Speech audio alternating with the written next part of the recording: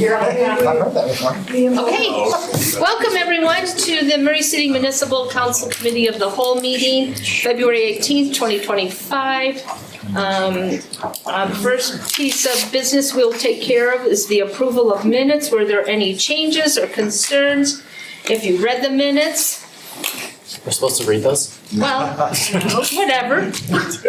No concern. I motion to approve the minutes for January 21st, 2025. Okay, I have a motion and I have a second. All in favor to approve the minutes for January 21st, 2025. Can we all say aye? Aye. Or, oh, we can say aye. Oh. I thought it was opposed. I'm sorry. Okay, our first agenda item is a discussion item with Murray Senior Recreation Center report with Hal Luke. Presenting 10 minutes, Hal. Come on up. Hey, Hal. How's it going today? Good, how are you? Have your better half. That's right.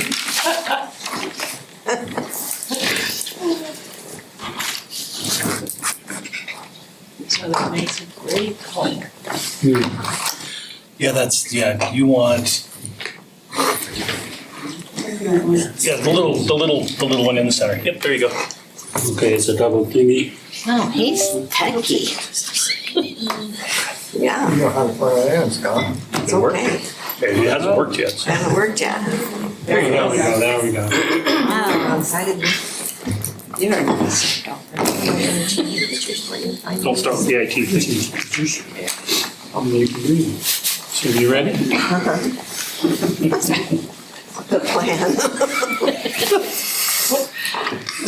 Well, good afternoon. We'd like to thank you for allowing us to come and tell you about some of the life at the Murray Senior Active Aging Center, also known as the Murray Senior Recreation Center. We thank you for your support for the center, being an asset to the city. Last October and November were quite busy, and you kept constant meetings on me, so I got a little bit of catch up here. So, the annual event for honoring the veterans was held at the center last November 4th. The center has provided this honor for about 15 years. We started the event about 11:15 with the color guard presenting the colors and leading in the Pledge of Allegiance. Marlene Tillman then sang the national anthem. The veterans and the guests would then enjoy the lunch prepared by Chef Omar. Police. Yeah, She works for the police department. yep, Or did she retire? yeah, as far as I understand, she's still there, yeah. But we swiped her for the day. And then Maureen and Andres played some patriotic music while we all ate our dinners. It's kind of real amazing to me that somebody would have a uniform from their military way back when, and it's more important, really more amazing that it fit him. You could still wear it. That's a 95-year-old vet right there. 95? Wow. He lives over in Southwood Park there in Southlaw. Following the lunch, Corey awarded some various prizes, knickknacks and stuff to people who had done certain things. For example, he picked on the World War II veterans and others as he kind of made these arrangements. Everybody was given an opportunity to have a scarf, as you can see, the yellow, red, or the How about the red, white, and blue? There we go, and there's no yellow in it. Okay. Well, So they were awarded a scarf. Then the veterans were presented with a thank you certificate from the Senior Helpers Organization. There were 31 veterans at the luncheon. 5 of these attendings were in their 90s. And then the oldest was Larry Lindbergh at 97. There. Yeah, I see that one. What? You see that first person there? Yeah, the first person, yeah. The Senior Helpers Organization was at the event. They provide services to help all seniors, services like personal care, companionship, around-the-house tasks, errands, professional oversight, and helping them to get to advance. It's a great help for the community the people on the other side here are the Senior Care Associates. What they do is work with these veterans to help them qualify or get through the federal aid and attendance pension program. And if they get approved for that, then that helps pay for their senior care. So that's why those two organizations were invited to this event here. The annual Thanksgiving meal was held at the center last November the 20th. The center has provided this meal for over 13 years. The 25 tables were all set up and decorated the night before. April at the center is the decoration expert. Omar and his staff started cooking early, and they provided turkey slices, mashed potatoes and gravy, green beans, cranberry sauce, a roll, choice of pumpkin, cherry, or apple pie. The doors were open at 11, and it was all prepared seating in a particular table, so most were seated about 11:15. Corey then called out table numbers for those at the table to get in line to get their food. There was a wait time between the tables, so the line did not get very long. The Riverton Jazz Band provided music during the dining. They are terrific, by the way. They really, really are. We are privileged to have Mayor Hales and some of his staff dine with us. You want me to keep going? I don't know my part today. On Friday, December 20th, the center had its annual holiday meal. Again, the decorations were put on by April with her fascinating touch. The hungry crowd was let in about 11 o'clock. They were first provided with appetizers, either being this hummus bread and peppers, or not listed here, shown here, the spinach artichoke dip with carrots and stuff. As usual, Corey was the guy who controlled the crowd getting into the line. In case you haven't been over there, you know that the serving area is kind of small, and so Omar doesn't want a whole lot of people lined up in the back, so we kind of organized people. While the people were having their first part of the meal, the Tony Summerhays, Mr. White Man Band, provided the entertainment. And as usual, Corey let the line go through. The meal was ham slices, baked beans, scalloped potatoes, and roll and cheesecake. Okay, and Mayor Hales and some of his staff participated with us old folks. We thank the mayor for thanking the diners and telling us that we were so great, awesome. At least that's what I heard. Those pictures. After the remainder of the meal, we had we're honored to have entertainment by the Suzuki Violinists and Madrigals, a group of talented youth here playing violins and playing horns and just having a real good group. At the end of the dinner, Corey drew the winning ticket for the quilt that was being offered, and it was a very resident Ben Rice Webb that won it.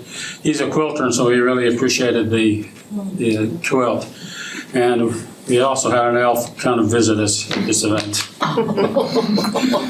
So again, we thank you for your support of the center. It's a good place to have these meals and to enjoy this time together. So we thank you for allowing us to update you on this event, and hope that you continue to serve us well. Thank you. Thank you. Thank you. Okay, thank you. Is that under 10 minutes? Good job. Yes. 9 minutes. 9. That means the wastewater people will have 61 minutes. Discussion on the Water Master Plan, IFFP, IFA, and Water Rate Study Review. Aaron Frisk, Andrew McKinnon, sorry, and Susie Becker, correct? Susie Becker. Yeah. There's a rolly chair back there. She wants that. The display one? Yeah, there you go. Aaron, no problem. Thank you, Scott. Your glasses, your coat. It's like a science teacher. Yeah, water conservation. I was like, I remember. Yeah, It's like I recognized you. You'll probably want to unplug that one though. Oh, this one? Yeah. This one is the video. Yeah, there you go. Is it automatic this one? Mine. There you go. Alright.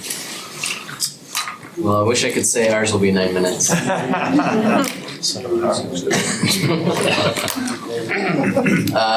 we'll try to go quickly where, there's the most interest, and we'll linger on if there's any questions on any particular slides. Let's talk about overall distribution. This is the city's distribution map. They're not actually showing the springs, which is kind of up toward the east side of our system. But I think it's probably important to talk about that because you get a lot of water from your springs. In fact, your springs make up the majority of your water, especially in the winter. Obviously, in the summer, you're going to need all your wells to be operating to meet the peak summer irrigation demand. But if there's any questions on how your water system works, be happy to go through that. Generally, it goes from east to west. You're going to have higher water flows from the springs up top the hill and then comes down. You get higher pressures as you go down the hill, and the biggest pressure zone is basically State Street's kind of cut off and Vine Street's kind of cut off to the north and to the west. Let me ask you a question. How common is it to have wells and springs as many as we do with other cities? Very, very common. I think it depends on the city. I would just in the area, Salt Lake City uses a lot of surface water from Metro, National Water, Salt Lake City. They have quite a few wells, but they have some contamination issues. Some of their wells, I don't know, maybe I shouldn't say that word, but some of their wells they don't use because of just water quality concerns. And then Sandy City, they have historically not been using their wells, but they have a lot of wells and they want to use them more. They have quite a large amount of wells. West Jordan, South Jordan area, they have a lot of wells, but a lot of those wells have to be treated. So a lot of the wells are delivered to a treatment facility by Jordan Valley Water Conservancy District, treated there, and then sent out to the rest of the system. But that's primarily because the only reason you need to treat them is because of Kennecott tailing issues, historic contamination stuff. So, but yeah, very common. So, just a little bit. This slide's just a little bit of summary of peak demands under existing conditions, 2023 and 2065. So you can see there's residential population about 50% growth, little more than 50% growth coming by 2065. So a lot of increase in demand, and you wouldn't think that just from Murray City's current population that there's that much growth, but a lot of redevelopment's going to be happening. A lot of higher density stuff is being planned. Let's see, it springs 19 wells. Yeah. The historic water use information is this is what you've used. Back in 2013, you're at 9,700 acre feet of use. The 10-year average is about 96. You can see it actually 2022, 2021, you're actually significantly less water use for those 2 years.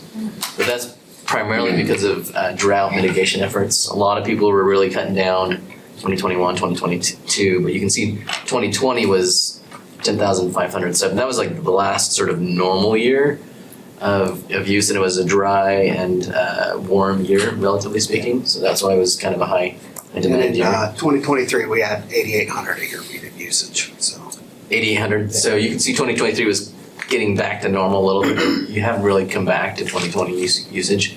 And just for planning purposes, we are using 2020 as kind of a sort of a planning baseline. And that's just to be conservative. We want to sort of plan around having a worst case scenario, but as you can see from 2023 data, that it's we're being conservative in our planning to make sure that we have enough water for a worst case year where it's dry and warm and everybody's using water like normal. So projections of growth for the future, we're showing a limited outdoor growth. So if you look at the outdoor water band, that's the green band. Is that right? So there's two bands of color. There's an indoor water band and a sort of an outdoor water band. What's an outdoor water band? I'm sorry. So the green color up there? Yeah, what's that? it's irrigation. Irrigation. Irrigation, so Yeah. that's canal water. No. No, So that's everybody watering their lawns during the summertime. How do you separate those? Usually what we do is we take a look at your winter water usage. So you're not irrigating in the winter, right? So we'll take that basically demand and basically assume it's basically constant over the year. Okay. And then you can just basically subtract the total from that indoor usage to get the outdoor usage. Okay. It's not quite as simple as that, but that's the gist. You're just subtracting indoor from total to get that outdoor. So outdoor demands are not, even though your population's going up by over 50%, we don't anticipate your outdoor water usage to go up that much because while most of the city is kind of developed, there's a little bit of infill, but we don't anticipate much outdoor irrigation growth. We would actually expect a lot of the outdoor irrigation to go down somewhat, especially as people start conserving more and more. But we've tried to limit how much it goes down from a planning perspective because we don't want to plan in significant savings in outdoor irrigation that may not come to pass. But you can see the indoor water use is going up significantly, and it's close to more than 50% on the indoor water usage. So you can see it sort of correlates to your population growth. This is the list of all of your wells in the system. So you have a lot of different wells, different ages, but they're all in good condition, and the city's been doing well mitigation efforts and doing studies to try to maintain the well capacity. Water distribution system, the general goal of the system is to maintain, the two goals is maintain fire flow during peak day demand, maintain adequate pressure during peak hour demand, and then just make sure your pipes and your pumps are all in working condition. And that's kind of the level of service we're targeting, is just trying to make sure that you have enough fire flow, enough pressure for just your peak hour demands in the summer. If that makes sense. And the city's pressure criteria is about 50 psi, even though the state's criteria is only 30 psi. But if you get 30 psi, you're going to get a lot of complaints. Most people's internal PRVs are set to around 45 psi. So if it drops below 45 psi, people start noticing their pressure's low. So. Water system improvements have been broken out into several different categories. 4-inch pipe size, usually the older pipes, they're not going to meet fire flow requirements, generally speaking. Condition, so pipe breaks that are causing issues in various areas, and that's also often related to water age. Dead ends, you're not going to be able to meet fire flow in most cases. And then you have fire flow specific problems where there may be just not enough looping, often related to dead ends. And then operational are more like issues with, like for example, there's a project planned on State Street in Winchester that's a PRV replacement. Operationally, the PRV is not working well for the city. It's in the middle of the road. PRV is hard to maintain, and so we're moving it out of the road. And projects like that, any kind of booster pumps, well, or sort of power redundancy things are going to be operational type projects. What was the address? State Street and what? State Street, Winchester. Oh, Winchester, Yeah. okay. It's just to the east of the state. Right in the middle of the street. Right in the middle. Yeah, it's possible Great to do. Yeah. And then steel pipe is a concern from a corrosion perspective just because it is a little more susceptible to corrosion. You don't have a lot of hot soils in Murray City that you're going to eat your pipes really quickly, but just age can kind of cause a problem. Yeah, the only places we find that is down the river bottoms, hot clay down there. West side. Yeah. That's us. Yeah. We're the problem. So this map is just like where the projects are, and then this table is sort of a breakdown of what's the primary reason for the project, the size of the project, and then you get to the cost estimates for the projects. And so there's a second to last column is sort of a net unit price on projects. And you can see almost anywhere where you hit State Street or UDOT Road, the unit costs go up significantly. And then in residential roads, they're generally going to be less. And then obviously pipe sizes, as you get bigger in pipe size, you get more expensive in them. Why the difference in costs, sorry? UDOT roads, generally you're going to only be able to work for 6 hours. And so that increases the cost to construct everything. The asphalt, replacement's expensive, more expensive. Because you often have to use flow fill in the road section, depending on where you're at. They require a larger size cut too. So it's like a T-patch, so they require like a 3 foot on each side of the trench T-patch. So a lot Perpendicular. more asphalt. Yeah, perpendicular crossings aren't permitted except by drill. So that alone can add a lot of cost to a project. So they only work 6 hours? How many hours do you invent? 8 to 10.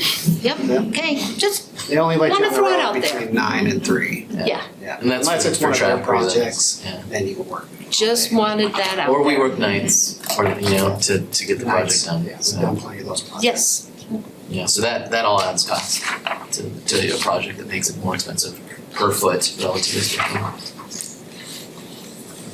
Just a little more projects like that, and then just talking about some of the operational improvements that we talked about. Hydrant coverage is important to make sure we have enough hydrants. Emergency power, I think there's a plan to put emergency power at the Whitmore and the Highway wells. This may go away, but Aaron was proactive in modeling fluoride distribution throughout the Murray water system to make sure we're getting the correct amount of fluoride concentration everywhere in the city. But that could go away based on the latest legislature and stuff. So we'll see what happens. I thought they already voted, did they The not? House voted, it's in Yeah. the Senate now. Yeah. Senate. It's gonna pass. Yeah, I didn't read that part, sorry, because it's like, it's gonna pass. So, My Dennis we're- said, to have those kids that are gonna have. well, it's good work for him. Dennis should be for it too, right? More business, right? So, there's a corrosion study that's going to look at if there's ways to protect your pipe for longer term, so you don't have to replace the pipes as soon. What ways to do that? Water meter replacement's going to help with just helping people conserve and also just making sure you're measuring your water correctly in the right places. And then storage facilities, eventually you will have to replace your existing storage facilities, so trying to figure out the best way to do that's important for the long run. Other improvements include improvements for the wells, new well at the Captiva property. I didn't know that was the name, but that's the Yeah. little park. Just to the north of Reservoir 4. No, Okay. the well that we're Gotcha. talking about is Winchester and 12th West. Gotcha. Yeah. and that's the property that the city just bought, Mm-hmm. and that's in my district, Yes. okay? Be a nice park. And can you explain why you want to put it there? So if any of my residents are hearing this, they will understand why it's gonna go in So that at area. the southwest corner of our water system, which where this well will be located, that's where we're seeing the most pressure drops during peak day and peak hour demand. Because the water's not getting to them, Not getting there. got it. So We if you, need redundancy in that Mhm. corner of the system. if you think about your city topography, you're going from high up on the east side, coming down, and then start going back up on the west side. Yep, It's that going back up part that Yeah. makes it a really challenge to meet the pressure requirements. Yeah. Because you're losing pressure as you're going from east to west, yes. and then you're also going uphill, Right, so you don't have the pressure to drive it up to those homes at the top. Mhm. So any pressure loss you get on the way over to the west side makes it harder to serve those residents at the top of the hill over there. do you have an idea when this project, like in 2030? I think in 2027, Okay, or for the park or for the well? for whatever is gonna go So, there, I think the we're- well, We're planning on 2027 for the design, okay, and then 2028 for the drill the well. perfect. Approximately how large will it be? Don't know yet. Yeah, they gotta It's gonna be big enough You for gotta- all my residents. It's not gonna, do you know kind of the area? in the park is probably where they Yeah. Oh. But it's not gonna be inside, it's not gonna be massive. No. No, the size. Usually the well houses don't have to be very large, unless. But I would If you go imagine down they. to like the park, that new well house down there, Mhm. that's a typical type sound. And you know That what, wasn't too bad watching them put that in. That was pretty clean. Yeah. That was and you sweet. know the area that they're talking about? Yeah, I used to live over there. Yeah. Okay, And you can do different things with the architectural design to make it look, Blended in. blend in. Yeah. Like I think there was a one we did for Salt Lake City that, like, they get wedding pictures in front of it because they like it so much. I don't know if we they can get afford wedding that. pictures there and then go to the armory, and then go to the theater. So I don't think that's what we're going for, but Yeah. that is possible. I'd go with the wedding picture thing. So budget recommendations. So one of the things that's important to do is make sure that you budget enough money for all the different projects you have. So pipe replacement costs, the amount of pipe you need to put in every year is going to be close to the same amount. the cost to put that pipe in is going up and up as related to inflation and things like that. So pipe replacement budget has gone up. Well maintenance program, I would mostly say that's just gone up a little bit with inflation, not as much as the pipe replacement costs. Future master planning updates. What are pipes made out of? What's that? What's the pipe made out of? Is it Ductile steel? iron. Class 52 ductile iron. Mostly. I mean, you can't. The city does have some steel pipe, Do you know what that is? and then I don't think you guys have any PVC. No PVC in our system. Yeah. Yeah, I think we're trying to avoid the splitting pipe issues, right? Yeah. Yeah, because of freezing, worry about freezing and stuff. We've always been a ductile iron system for the past 40 years, and we know it works well within our system. Our water works well with it, and our guys understand ductile iron. So that's why we prefer to maintain ductile iron. So Yeah. Alright. And then a conservation budget. The city's always been very proactive on maintaining a good conservation plan or program, and so that's just part of that. And then the water replacement budget. So that's basically what makes up. And then you have looks like Aaron's got a sort of breakdown on various other facilities in terms of. yeah, we're just onboarding our assets. We just purchased this Waterworth. It's more of an asset management model, and we're just getting it downloaded, and hopefully next year or two we'll have it better aged, and then be able to present better on our Yeah. replacement schedule. You can see though that your 100-year scheduled replacement cost is $374 million. So if you just did 1% a year, that would be $3.7 million. And so our estimated budget is 3.5. So that's kind of what you're targeting. You're trying to replace at least 1% of your system a year to make sure you're staying up on things. What's, I know what a SCADA system is. Where does Murray maintain a SCADA system? So our SCADA system's at our Public Works building. Okay, and that monitors, That monitors all of our wells, reservoirs. Okay. And soon to be our PRVs, right now we're installing fiber and okay. So you've got real-time data of all these, all these, oh, that'd be cool to see someday. anytime. Okay. Come down. Yeah. And then these are one-time system project costs, PRV improvements, backup power. Once you put the backup power in, there are some replacement costs associated with that. But these are kind of more one-off type projects that need to happen.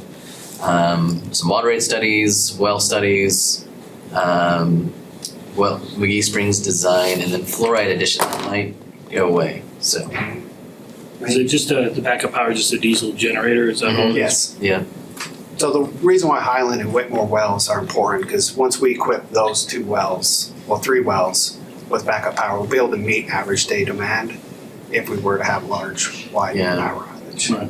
like you'd have to try to encourage people to turn off their irrigation systems, but I think most people would get it if there's a big power outage to shut things off. Help. A massive squirrel. Squirrels. Is there any questions on the master plan? No, I don't. I had a few questions as I was going through it. What's a sacrificial antidote system? A sacrificial anode is See if I can say it right. so it's if you think about the way a battery works, you have a positive negative terminal. Mhm. It only works because there's an anode in there that's basically being sacrificed, and then your battery goes dead once that anode is depleted. Does that make sense? So sacrificial anode is basically attaching something to your metal pipe that's basically going to sort of be sacrificed by the surrounding soil so that it doesn't eat your steel pipe. If that makes sense. So you're basically putting something on the pipe that will get eaten before. And then as soon as that sacrificial anode is gone, you can have a test station where you basically test it and say, okay, my anode's still good or my anode's bad, and now my battery's dead essentially, and you need to get a new one to keep protecting the pipe.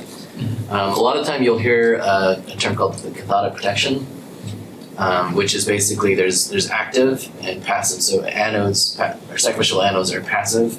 They basically attach to the system. A lot of systems have sort of basically an electrified pipe where they basically induce a current into the pipe that basically keeps the soil from eating the pipe at all. So like high pressure gas pipelines often have cathodic protection, an active sort of electric current on the pipe that will keep it from being eaten by soil or air or water. Those sacrificial animals are sort of like a short-term, sometimes more cost-effective. It depends on how the system's built. Yeah. A active cathodic protection system is usually used on steel pipe. It's all continuous, easier to protect because you can put it on one place and it just kind of protects the whole pipeline. Does that answer that question? Yeah.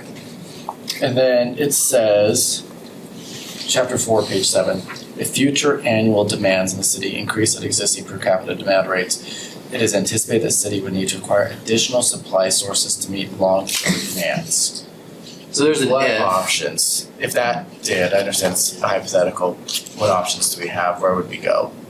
So the first thing the city wants to do is make sure your groundwater is working well. And so there's groundwater studies to make sure that you have sufficient capacity to meet demands as they go up. If you were to surpass your source capacity, and you wouldn't be able to meet that for some reason, your groundwater starts to deplete, for example, then your options are somewhat limited. You'd almost have to approach Jordan Valley, which is not be a great solution because it'd be very expensive. So I think the goal of the city is to conserve. Yes. And if you need to increase your water conservation budget to get people to conserve more, that would probably be the first thing to do over going to Jordan Valley to buy water.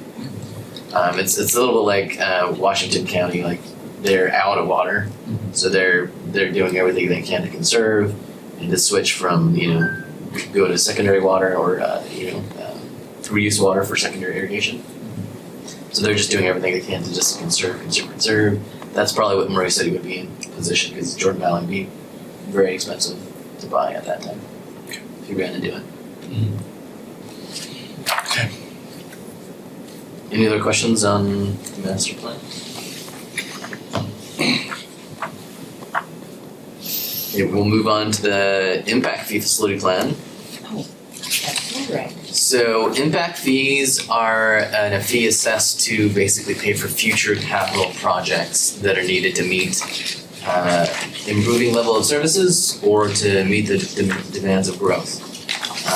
That's the primary reason for an impact fee. So to develop an impact fee, you have to establish growth, which we kind of sort of summarize in the table ES-1. And it's presented in terms of equivalent residential units. That's an ERU. And we show what peak day demand is in both million gallons per day and peak day demand in gallons per minute. And then that's important because we're going to be using somewhat different units as we go through the impact fee. We have equivalent residential units. That's a single family type unit with indoor and outdoor irrigation. And then you also have what we've called an indoor residential unit, which is basically just an indoor unit. So table ES-2, we present both an ERU and then also an IRU at the very bottom of the table. That's 249 gallons per day per indoor residential unit, if that makes sense. So that's important to consider because it gets into how we structure the impact fee. But I want to just point out just the units here. Did you have comments, Susie, at all? No, that's great. Okay. You're setting it up perfectly. Any questions on equivalent residential units or? So how do you These figure, say, apartments? So that would that's precisely the way I wanted to get into it. So indoor residential units, essentially what we would estimate for apartments. But they have outdoor. So they do have outdoor irrigation, but usually it's being metered differently, right? Separate meter. Separate meter. It is a separate meter. Typically, yes. Oftentimes, so you can have a master meter that you have all the water go through that, and then you have outdoor irrigation, then you have the indoor water use. We would prefer to keep the indoor separate from the outdoor because we can do a pretty good estimate on what outdoor irrigation is based on the type of land use or like irrigation it is. Indoor units, however, to get the fee as accurately as possible, we want to basically charge those indoor units what we think they're using rather than charging them something like an ERU, but on a discounted ERU, if that makes sense. Because a single-family residential unit's very different from an apartment, right? There's a little bit of outdoor irrigation in an apartment, usually like 15% irrigated area, roughly, versus single-family residential is going to be anywhere between 40% to 60% irrigated area. So it's a significantly different type of land use and for an indoor equivalent residential unit versus an indoor residential unit. How do you do businesses? Say like Quick Quack. So Quick Quack if Quick Quack came, we would ask them, okay, tell us what you're estimating your peak day demand to be. And then we're gonna charge them on a, potentially either by their meter size or by what their estimated peak day demand is. Okay. So we can charge them on a dollars per gallon per minute or dollar per gallon per day based on what they say, okay, we're using this much demand. Okay. Hopefully the Quick Quack's recycling their water. Yeah. So they're not actually, Yeah. yeah, so they're not usually using that much demand. Otherwise that Quick Quack's gonna have a huge impact, right? Right. Okay. And we'll get more into that in the impact fee analysis. The impact fee facility plan is mostly establishing these are your projects. This is how much we're going to charge the 10-year growth based on that. So this table sort of summarizes your production capacity. There's a few new wells, and then we're charging none of the existing wells and springs. We're charging any impact fees. Those are basically, we're assuming they're basically being used up by existing users, and you're basically using these 3 wells: 45th South, 360 West well, and then the Park well, to meet the demands of future growth. And then the percentages are broken down based on how much of those wells are used to meet that future growth. There's besides those well projects, production projects, there's also pipeline projects, mostly with a few studies in here as well, where we calculate the percentage to future users based on how much of the demand that pipe or that system is going to be met by 10-year growth or by growth beyond the 10-year window. And that usually is based on the flow or demand that's being provided relative to existing, if that makes sense. Okay. Any questions on the impact fee facility plan project specific things on the IFS? All right, I'll turn the time over to Susie. Just want to just go ahead. Oh, we can just keep going. Let's Yeah. tap through and. Yeah, that's okay. Yes, perfect. Utah code, 1136A requires that we do 2 documents. And Andrew's just gone through the first one, we do the impact fee facilities plan, also known as the IFP. And it's the engineering technical kind of document that sets us up for what are our service levels? What do we need to maintain these service levels with new growth? Where can we get the excess capacity and what's the cost? Then we go to the IFA, which is what I do, the impact fee analysis, which is the financial document. And it takes these costs and it proportionately shares them amongst the different types of development. And it makes adjustments and credits based on the funding and our funding mechanisms that we have done. Okay, so as we look here at the basic components of an impact fee, Andrew just showed you the excess capacity costs that he came up with in the IFP and new construction. Those are the 2 main components. And new development can pay for, it's a one-time fee for the capital costs that are associated with them. They cannot be charged to raise service levels for existing development. They can't be charged for existing deficiencies. Law states there has to be a rational nexus or a reasonable connection between the fee charged and the benefit received. And so that's what we try to do in the IFA analysis. So just take a look at this. This is what you're currently doing. You're currently based off meter size. So just kind of keep this in the back of your head, especially the 1 inch. It's about $3,000. Just remember that for a minute as we go through and show what some of these changes are as we switch to this system with more the ERUs, IRU type of charging. Okay, so first of all, let's just look here. Here is the components of the gross fee. The gross fee means the fee before we've made the credits for the financing. So we've got some existing excess capacity, and when we look at that, the engineers help us determine the percent of capacity that's going to be consumed by new development in the next 10 years. And then by law, we actually have to go back in and look at your asset list and find the actual cost at the time. I mean, if you only paid a little bit in 1980 for some improvement, that's all we can include for that improvement in here. And so, but not on new construction, that can be today's cost, but on the existing capacity. You also have a bond outstanding, and so we can add their fair share of the interest cost on those bonds, as well as just the cost of the facility, because that's how you had to pay for it. Then we have the new improvement costs for new development, consultant costs, and we get a gross fee before the credits about $3,800. But we have to go in and we have to make credits. And we have to make credits for a couple of reasons. One, we have this bond outstanding. So we'll talk about the existing, that's paying for the existing excess capacity first. If you just in your mind can keep of two buckets, existing excess capacity and new construction, this is so much simpler. So in the existing excess capacity, there's a bond outstanding. So we can't charge a new development that whole fee, their fair share of that existing excess capacity and their interest cost on it. And then over time, they also have to pay on that bond, or they're gonna be double charged a little bit. So that's what the credit is there on the bonds. Then, when we looked at the new improvements and when we saw Andrew's list of the improvements there, some of those improvements were to benefit existing development or to cure existing deficiencies. So again, the same argument, we can't charge them their full cost of the new improvement costs and then expect them also to pay on those improvements over time through higher rates that are gonna benefit existing development. So we make those credits, and we divide it out per year, and we come up with a net present value on these fees to credit it by year. So it changes just a little bit by year because you have more people paying on the bond and you have less years left to pay on it. So the credit would go down each year. You're cutting your pie in more pieces, so each piece is smaller, if that makes any sense.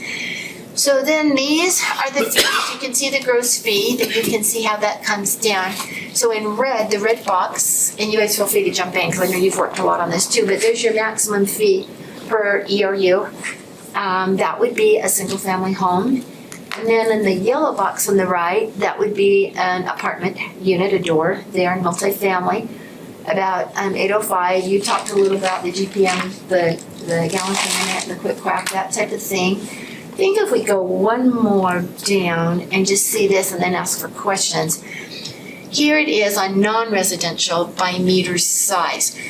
So do you remember the $3,000 number a minute ago? So you can see for non-residential, that's a fairly big jump to the 8,000. If you go back up though, what we've done on the ERU, that's really keeping it pretty similar at the 3,200. Because I know councils are always concerned about how is this going to impact, my constituents and what they're going to pay. So that's how we've tried to apportion it fairly. And I think that's all I have on the impact fee. Any questions on that before we go into the rates? When you say you can't charge a developer the full fee because he'll pay twice with the bond later on, is it can't or won't? Can't. By law, we can't. Okay. Yeah, you remember when there was a big to-do years ago on the Tim Special Service District there, and they had quite a few projects that were going to benefit existing development, and the developers came in and they argued you are going to be paying through higher rates to pay for this portion that's benefiting, these projects benefiting existing, plus you charged us an entire impact fee, so we'll pay more than our fair share. So you can't if you don't, unless you want to get sued, I guess. So that's the idea. And it's paying through rates. Not double, is it? That wasn't clear. Yeah. It's not double, is it? No, Yeah. it's just, It kind of goes into. Yeah, it is more than their extra. fair share. Would be different proportions under the analysis. I was just review. curious if there was a legal reason why we can't. I don't know that it's in the law per se as much as the law history. Yeah, well, The litigation so there's history. case law that's nationwide, and then there's Utah code, which is very specific for Utah. And the case law establishes the rational nexus between the fee charged and the benefit received. And so you would be in violation of that. You probably know some of those pieces, no harm, no one, that one. Some of those, you would be in violation of that, and so someone could successfully probably challenge. And when I say pay twice, I don't mean double. That's a big catch, right, isn't it? You pay more than that here. Okay, good questions. Any others? Okay, let's do rates. Okay, what are utility rates? Which I didn't even do. Ask questions, all those. I didn't. I just got to the meat and then I thought, oh, rates, well. So rate models are often called, rate models are often called revenue sufficiency model. So basically what you do is you go in and out of all your costs, for operating costs, capital costs, debt service, and you say, okay, how much revenue do we need that's sufficient to cover these expenses. It's pretty simple, straightforward. They're much more straightforward than impact fees. We've seen a lot of inflation recently, and so costs have really gone up for maintaining and operating this system. So this is something that Aaron gave me, Brenda provided. Do you want to comment on that one? So Brenda provided us, this was our estimated model versus what actually happened between 2019 and 2024. So you can see the usage really did drop off compared to what we projected it to happen back in 2018 when we did our last master plan. Yeah, especially those last years, and fiscal years 22 to 24, you can see that the revenues were much lower than that was projected, so that was leaving you short in your water fund. And we thought a lot of that was due to conservation, more than anticipated, is what you were thinking. So you're saying conservation costs us money? Yes, it does. Exactly. Should we tell people to turn the faucet on then? Run it back up, guys. As Russ told me, just let your husband out there with a hose in the middle of the day. Pay your bill. Oh, absolutely, though. When we had these drought restrictions, we had the cities and districts probably calling like crazy in a panic. We're not going to get our revenues because people were limited to watering 1 or 2 days a week. So. And Murray was like really good. Yeah. Conserving. Yeah. So. Ironic. It is. If it's save water, but your rate's gonna go up. Yeah. Now you Why can. did the impact fees go down? Like revenue? 23 and 24. That's all Development Because it development us. driven. development driven. their development dropped that much. I guess 2020 we did have a peak year. They did slow a little bit during COVID, like they had a lull and then now projects are picking back up. Because of supplies and the contractors didn't have their supplies. I think the cost associated with it tend to be slow. People Yeah. put things off to a great degree. Okay, this is a fun one. Erin makes beautiful charts. You put it together from our numbers. So, anyways, so this is the do nothing model. But I need to explain a little what the colors are. So your fee has 2 parts to it that you now pay. Hold on. There's a base fee every month, and then you pay based on usage. Sometimes we call those tiers, depending on tier 1, 2, 3, depending. The rate goes up depending how much you use. Okay. So the orange, this is do nothing. You can see that the orange, the base, you wouldn't get much more out of that at all. Maybe you have a few more people paying, but the rate doesn't go up. So that orange is staying just about the same size. Same on the brown underneath it, which is usage. You can see that a lot more of your revenue is coming from the variable, from the usage, than it is from the base. Anyway, you can see not a lot of change there. So the darker blue there are your operating costs. And you can see the operating expenses, they're inflationary. They are going up until they are surpassing the revenue that's coming in. Little thin line for the debt service as it now is. What's really fun to look at, I think, is the green, because those are your capital costs. And they don't stay the same from year to year, which always makes it a little more challenging to model because they're up in 1 year and you can't do them exactly the same every year, but you can see that. So what happens here, the black line, that's your cash on hand, and that just goes plummeting down. You're negative if you were to try to do those capital costs without some type of rate increase. So we've brought you 3 options today. And option 3 is kind of the one I think that's the best, but okay, spoiler alert on that, I guess. Let's just go to 3. We'll work with all of these. So this one's interesting. These would be rate increases, and this would be on both the base and on the tiers, okay? And you'd have 2020, 10, and 5, and then by 2029, you'd have 3% per year thereafter. And you would issue a $6 million bond, and that's in 2020. You can see how your capital costs just spike in that year. And so to keep your rates from really spiking, we've brought in the bond money there in the, what color is that, reddish pink, that scarlet color. Okay, so we're bringing in these borrowed funds to help cover the cost of that capital little green mountain that's going to come right after that, rather than having to spike your rates up 30, 40%. Okay, and then you can see that your your black line there, that's just going up and up, but you are accumulating maybe more cash than you need at the end. So we track 2 key financial ratios in this. You want to keep, the target is usually 180 days cash on hand. That can be your policy. If you go below 150, your bond rating is going to go down, and you don't want to do that for sure. So you need to stay, and it'll fluctuate from year to year.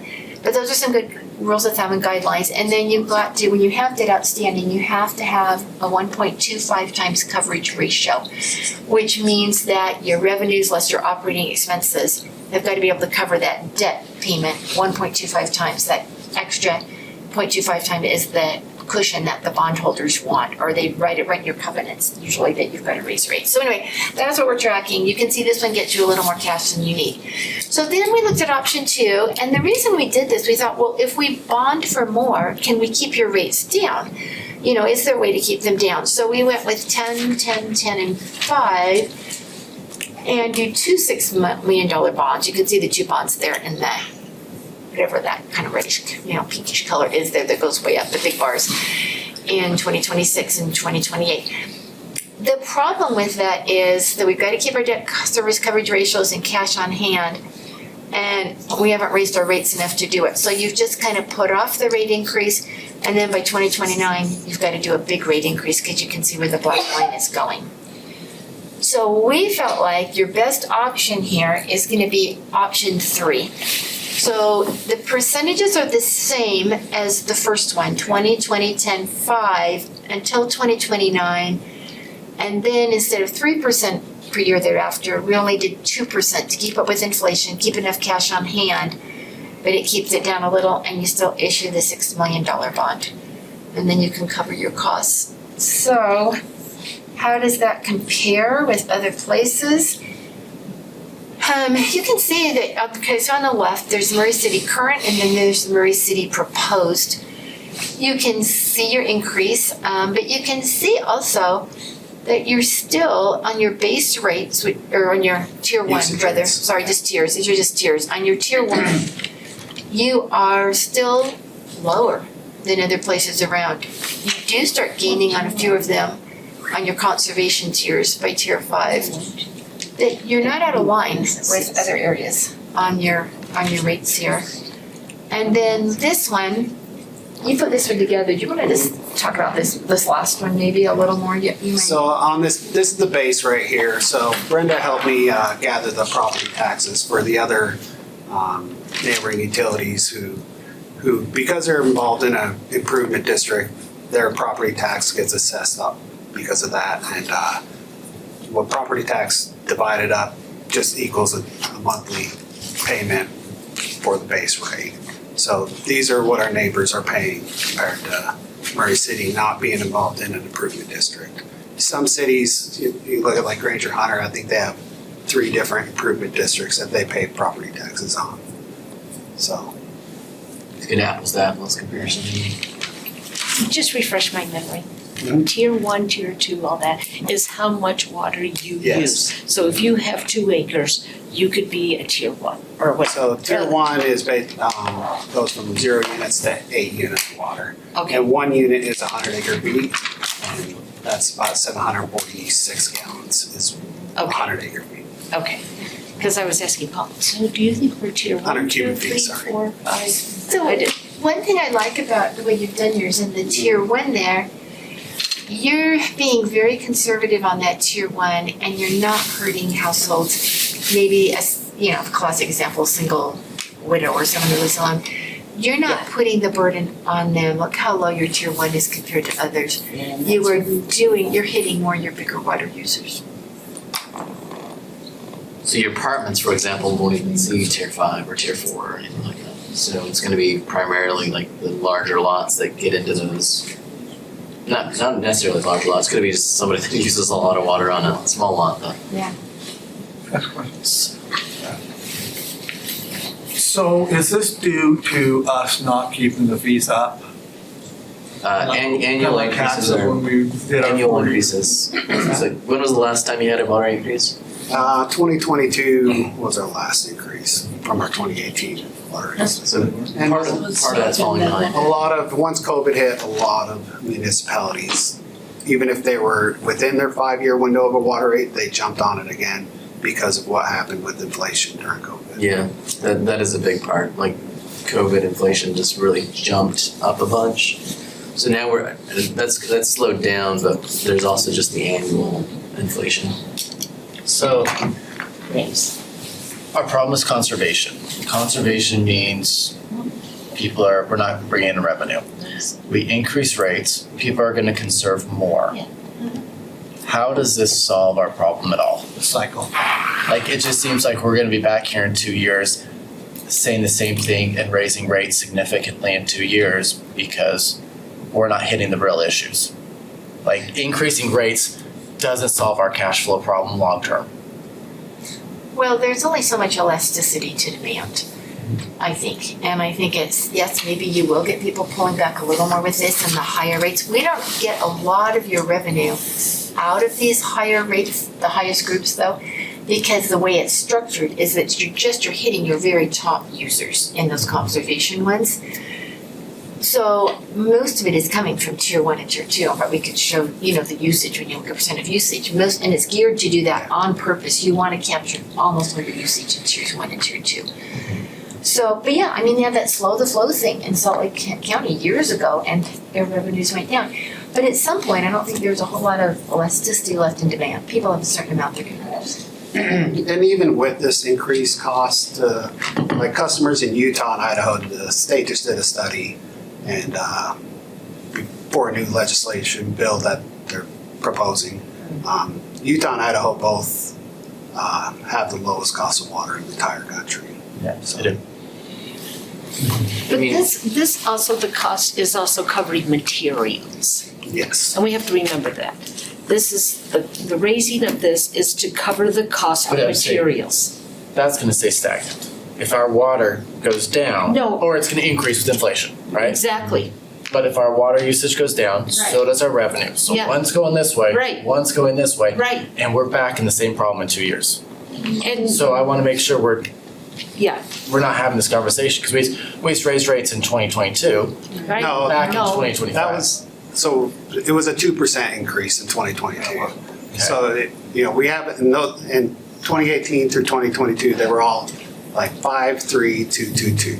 So we haven't had enormous increase in rates like this in the past.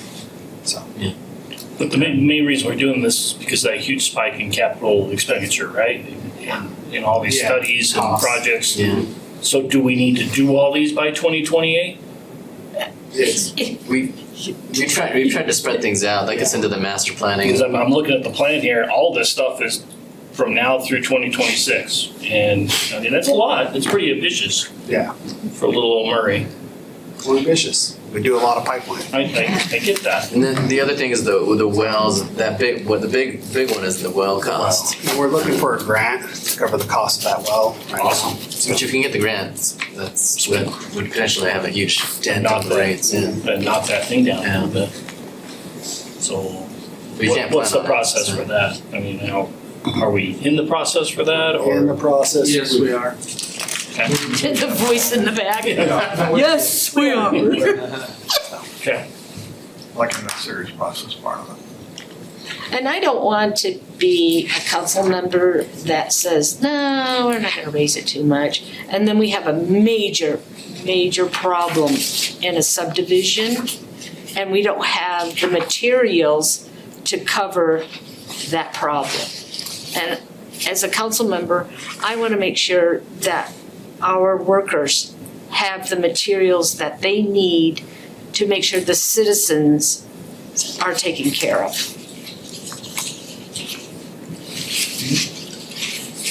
Great.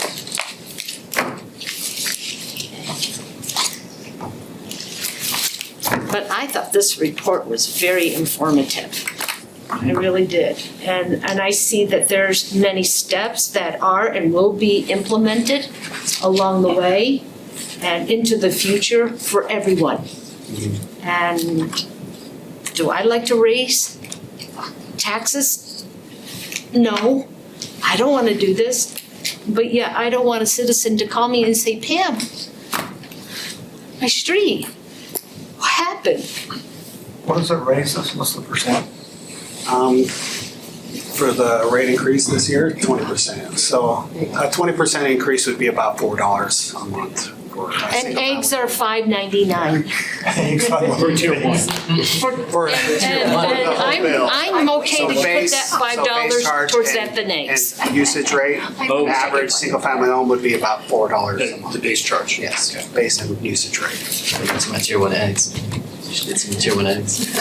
So Adam, I'm just gonna add something. So part of the reason that it wasn't just conservation that didn't let us meet the 5-year plan. Some of it was the growth projected was too high and it didn't happen.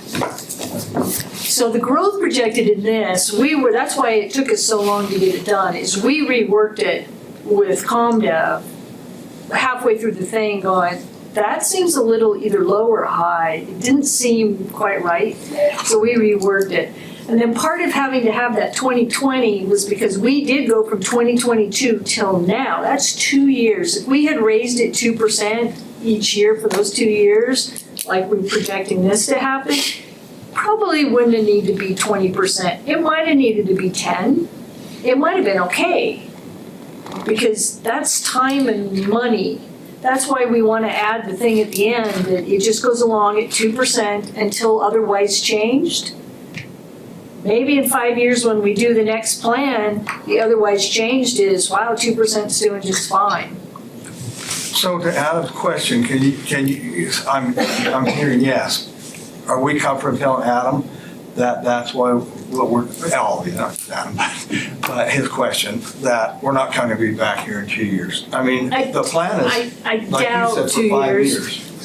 I mean, it might happen. Yeah, I We're guess you coming with can't say, wastewater yeah. because we see something happening, and so that's why we're gonna talk about wastewater next. Because we see something happening and how we structured it. But I can't promise we won't be back, but especially if we get that grant. But we can't count on that grant. I mean, that would be lovely. I would just go borrow $2 million instead of 6. But I can't count on it, so we will plan on the Plan plan. without the Get grant. the grant, we'll go from there. Where's the grant from? Senator Burgess Owens. Burgess Owens. They came to us and we'll take the money. So, Anyway, but when I look at this, and maybe I think differently, but I think most citizens do because of our tax like we did years ago, you think that they'll be bothered about a $4 or be really bugged with you if you can't fix their pipes?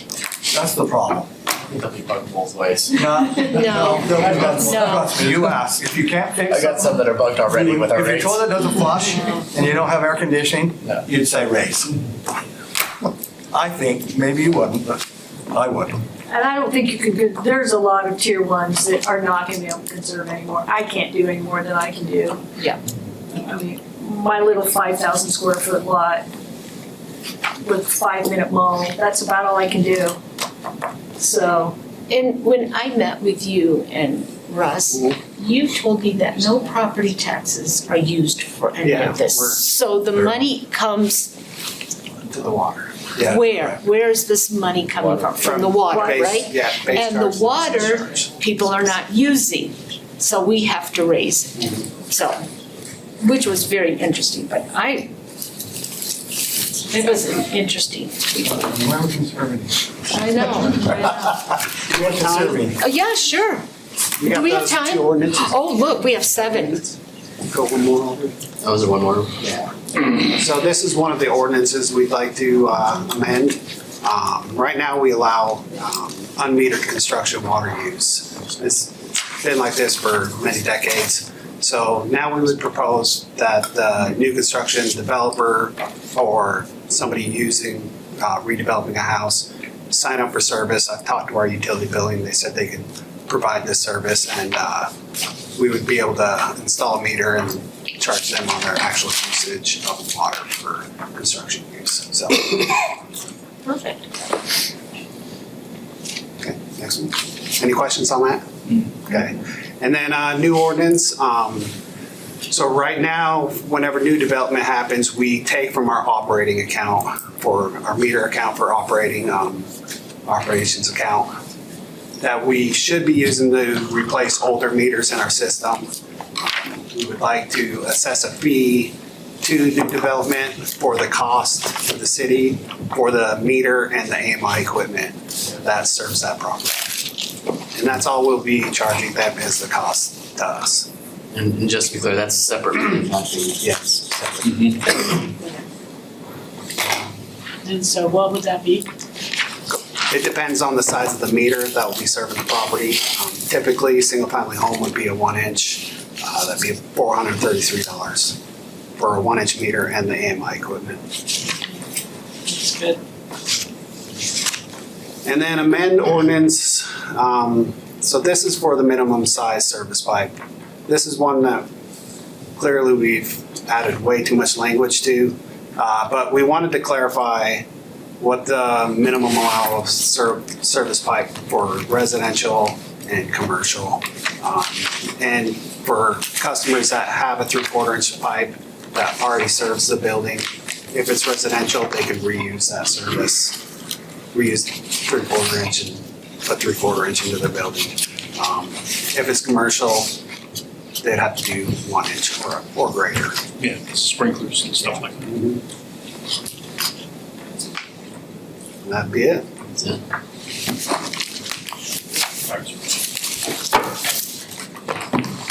Any I more learned questions? a lot. Yeah, we're sorry for the 190 plus pages of.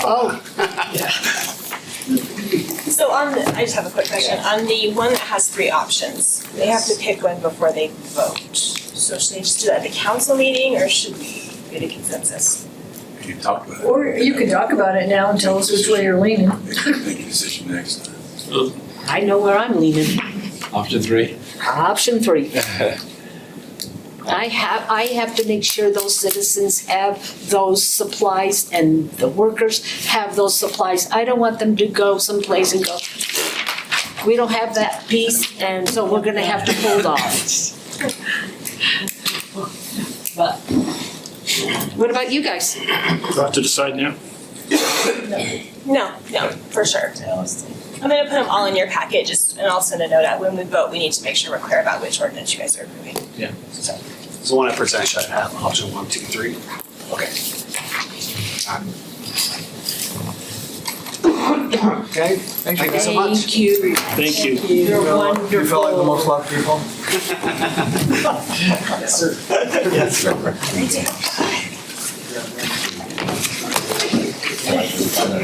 All right, discussion and ordinance amending section 13.32.060 of the Murray City Municipal Code relating to monthly service charges for users of the city sewer system. Ben for presenting, and you have, well, we did really well. We stayed right in an hour. We're 20 minutes, so there you go. Hey, Ben. Hello. It's not quite as bad. Still bad news, yes. But, so we are here today to talk about the Central Valley fee. Yes. And look at potentially adjusting that. So just a little background on the Central Valley fee. It was implemented in fiscal year 2023, and the purpose of it, the intention was to help cover and have a distinctive cost to cover the treatment plant upgrades that were occurring in Central Valley. So before that, our fee structure was just made up of the base fee and the flow fee, those two. So we implemented the Central Valley fee at that time to kind of give residents a clear, concise cost of this is helping pay for these treatment plant upgrades. Most residents don't know that the water even has to be treated, that it has to go anywhere, so. But, It's flush. yeah, exactly, they flush it and it goes down the drain and nothing happens with it, yeah.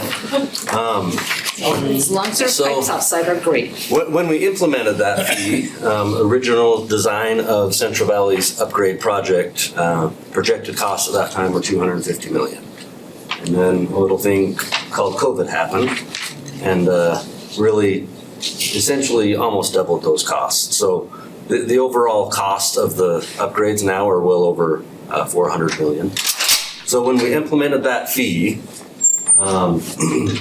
the thought process at the time, we implemented the Central Valley fee, and over the 5-year rate structure, the Central Valley fee was gonna come down a little bit, the base fee and the flow rate fee would come up a little bit to, once we had that big increase, the fee essentially kind of stayed within a couple dollar range. We had a big jump from it went up to $59 on the average household, roughly $59, then it kind of stayed in the $59 to $64, $65 range. So with the Central Valley upgrade, we have one more bond that just got issued in November for $87 million. That's the last bond. We have all the funding needed to complete the project now, but that's placed a little bit of a burden on the fund still. So what we're looking at doing, And this wasn't done by the city, this was a mandate. correct, yep, this is mandated by water quality. Yep. Originally, these fees, these upgrades had to be completed by July of this year. We've gotten an extension because of COVID and some other things, so to July of 2026 is when everything has to be complete for Central Valley. Yep. So if we did nothing, the fee currently sits at $11 right now. In April, it'll change to $8. So what we're proposing is going back to $12, yeah. And I like the 11 back to 12. And So, how do you yes. go back to 12? But I understand. So if we do nothing in April, the fee would go down to $8. We're currently at 11, it would go to 8. If we do nothing, so we're proposing taking that fee back up to $12. Yep. This Waterworth software, the same thing Aaron showed you. You can see that our cash position right there really drops off if we do nothing. So this is currently how everything is written now. This next slide here shows our cash position, kind of not where we want to be still, but we're not in the black. We're staying up where we want to be. That's with a $12 fee? And that's going back up to the $12, yes. What if the 13 and then get back up? Well, so the reasoning behind this is we're getting ready to do our master plan update this next July. Okay. So our hope is not only are we raising back up to $12, so our fees incorporated with the Central Valley fee, the base rate, and the flow rate. On top of this, we're also want to implement a 3% increase on the flow rate fee every year. So our hope is we don't have to come back and do a large increase, or hopefully not another increase. Hopefully this will be enough to stabilize things. But we don't want to come and just throw a large number at you right now when we don't have all the information when we're going to do our updated master plan later this year. Yeah, that was my question, because if you're gonna come back in a year and say we need another increase, then just do it now. Right, well, if we had all the information, yeah. So that is the basis of why we're here. We need to do something now to try and stabilize things for the next year or two until that master plan gets finalized and we have a little bit more data. Hopefully, projection-wise, so capital improvement-wise, we have one big project and then we have another one that's slated out and starting in 28, 29. That's the last of our major projects, big projects that are going to be huge expenditures on the fund that we have in the budget.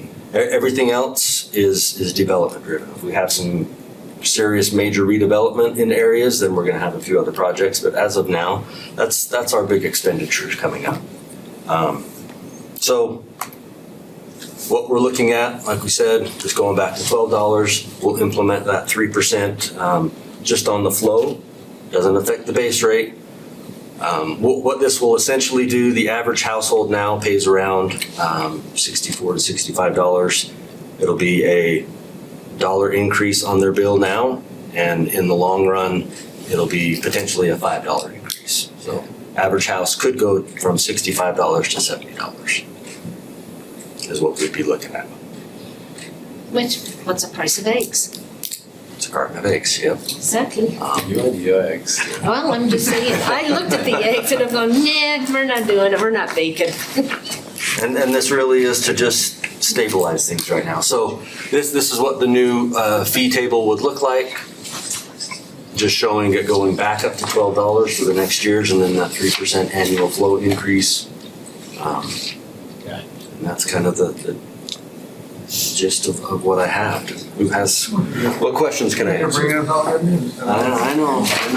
Well, Makes if we sense to me. don't do it now, It'll be even bigger when it and, comes in 2027. and we had that problem 3 years ago We did, yeah. in another department. And so we need to keep ahead of these things. So, That's what we're attempting to do here, yeah. is there any questions from the council on this, from Ben Ford? None? It's always good to see you, Ben. Sorry to bring some bad news. It's okay. Good to see you too. Yep. It's okay, you're fine. Okay. Let me tell you, we're really blessed with people like Ben, Mm-hmm. Aaron, and, We gotta not thank Aaron. Russ, but, no, I'm just Aaron found kidding. Oh, What'd you say? I think it was Aaron who found the software that we threw all of these in. We looked at garbage, we looked at stormwater. These were the two that, I mean, garbage is doing this, but it's so gradual right now that we're waiting. But Yeah. the software has been really helpful. And then, once water knows where all their old pipes are, they'll be able to do better. And he's modeling his stuff too, I'm sure. And Russ is not nilly-willy, but it weighs heavily on Russ. This is huge Yeah. to Russ to take care of this area for our citizens, so thanks to all of you guys. yeah, thank you, Oh, Ben. thank you guys. Bad news can always be good news. Especially if you say, hey, citizens. Take care, Ben. Thanks. Thank you.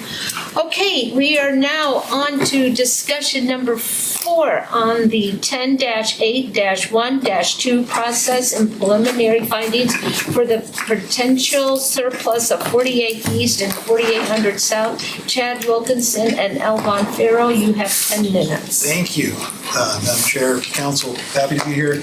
This is really a discussion about the why of why we're doing this process. We want to make sure you have a good explanation of the process and how this is different from the RDA process that will also be a part of this discussion with Block 1. Of course, today this is focused on the development of Block 1, just to the east of us here. The Block 1 property consists of a number of different individual parcels. Most of those parcels are owned by the redevelopment agency. There are some notable exceptions. We have a couple of privately owned parcels there still, and we have one parcel that's proposed to be part of the Block 1 development that is owned by Murray City. Now, that's an important distinction. With the redevelopment agency-owned properties, state law gives really a lot of flexibility on how redevelopment agencies can dispose of, transact various transactions with developers and others with that RDA-owned property. However, with city-owned property, there's a very strict state process that has to be followed. It's outlined in that section of code that you referred to.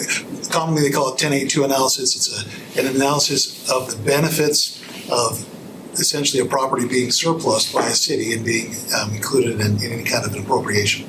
There are a couple of different factors that a city has to look at, three factors really that a city has to look at in appropriating that land.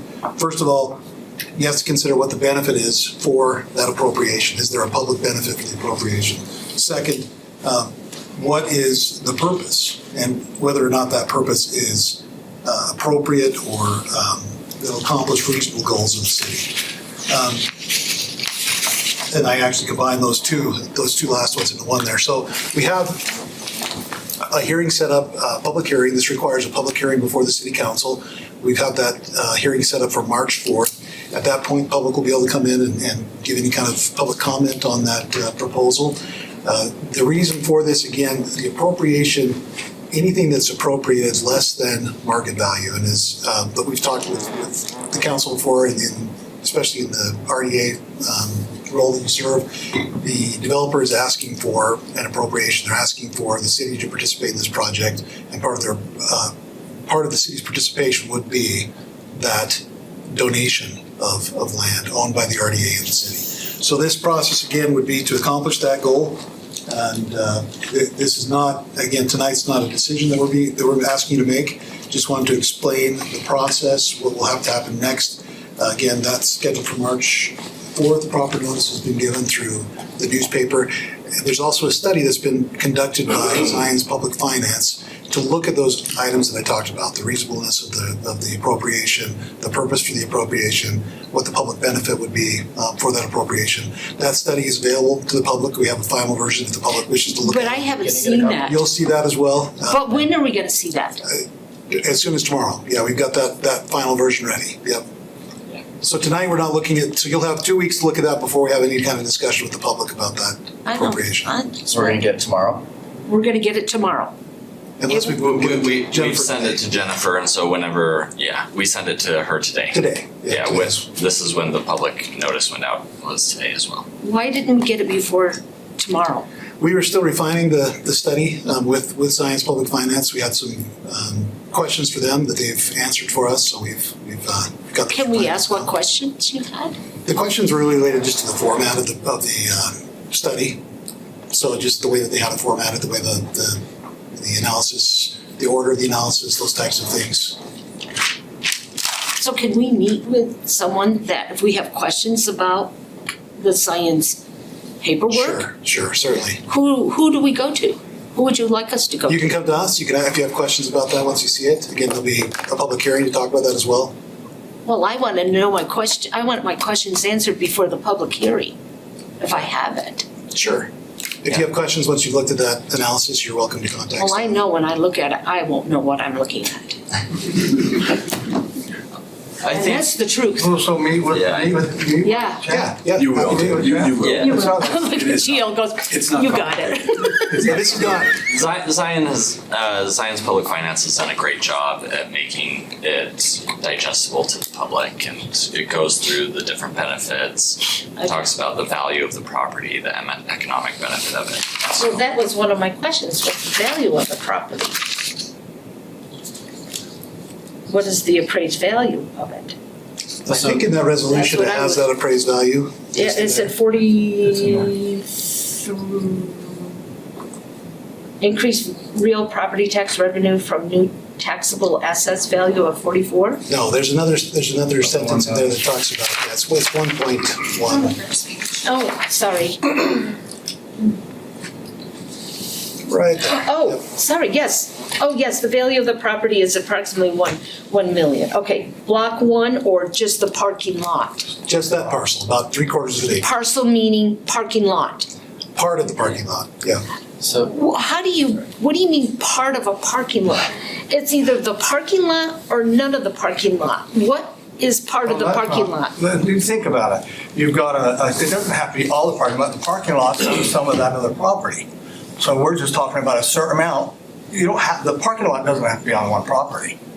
The parking lot is just a certain section. Some of it goes on to the other, to what the RDA owns, and then there's a section that goes on what the city owns, and we're selling that part to them if you guys allow that to 1.1 million for that section of it. How much is not part of the parking lot? Yes, largely it is the parking lot. We've just redone the parcel lines to make sure we have that entry and access that the city will hold. I'd like a drawing. Yeah. Yeah, you'll have to. I'd like to have a drawing so I know what is going up. And picture the mansion in your mind, right? The what? The mansion. Got it. That section of asphalt that is adjacent to the mansion will not be sold because we need that as access. So about 3/4 of the parking lot will go in this deal. Is this the same science study for all? So what about from here? Is this the same science study for all of Block 1, or is this a separate one? This is a separate study for this parcel, yeah, because the city property is required to be treated differently than the RDA properties. This is a separate study. Visual. Visual. That's what we're not selling the whole park. And that's considered a parking. Yeah, that's part of it. That's why it's not partial. Sorry. Yeah, part of the Got park. it. You can meet with Cal if you want, that's up to you. Yeah. She's got me, come on. I know, that's what I almost said, because you're over there doing it. Well, this is true. And the reason for tonight's discussion is really to talk about kind of the difference between this and what we'll go through with the RDA. The RDA has a little more flexibility. We don't have to go through the same type of public hearing process with those particular properties. I don't want to interrupt your presentation, so I'll wait. We're ready for questions. Any questions you have? Yeah. Council have any questions? Not right now. I don't know when to ask this question, so let me ask this question. I love that we're moving forward with all this. I'm 100% behind this development. There is a concern about the lack of parking for employees on that side, right? So I'm going back to a decision that I voted for a while back about keeping a couple of houses down there that I might want to change my mind on. Is that said correctly? Yeah, say it. Don't look at me that type of I voice. don't know what you're saying. The three houses. I just don't know what you're talking about. Oh. That's why Tea that- Rose it's Flower it's Town confused Center. face. Okay, confused face? You're talking about the historic plaza there. Yes. And whether there could be parking added to it. Yes. Yes, and part of me says if we're gonna be creating a gathering center, it would make more sense to have more parking than it would be to keep some historical houses. Tonight in the RDA meeting, I think there'll be some good explanation of the amount of parking that will be provided as part of this Block 1 development as proposed. It will be a substantial amount of parking, both at grade and below grade. Okay. So I think that's a good discussion to have once you've had that unveiling of that project. Because he showed me, maybe you haven't seen the updated drawing. You know There's what? a lot of I parking. love how some of the council members have seen things, and there's certain council members that have not seen things. So I'm going in with this over my eyes because I haven't seen things. Adam? Don't tear down paradise and put in a parking lot. So it's interesting that some council members have. I- Don't do it. I Ask remember- me a question. I remember feeling that way, and the only reason I think you probably remember this, the only reason I remember I changed with Diane is because the residents were so not happy that I was even I know, thinking whoever's about it. watching, I'm sorry, I'm just asking the question. I know, okay?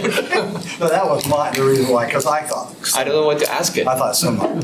That's, I asked it in RDA. It's okay. Yeah, I would. So I'll wait to hear the parking proposal, That'll maybe make it'll be sufficient, and I'll be excited because there'll be enough parking that I don't want our people to park, Right, you know. and I have that concern as well. Yeah. That's, Okay. It's So I'm not as part of it, we'll get more into this in RDA, but as Okay. part of this. We'll talk about it, okay. Yeah, there'll be a lot I'll stay of quiet. discussion, but there will be some of that parking that will be available for public employees as well, right? That's it's public parking that'll be part of the development. But this is part of the parking. This is part of RDA that's coming in soon, into the evening hours. This is part of it. And can you just answer me, why is city property in the RDA area?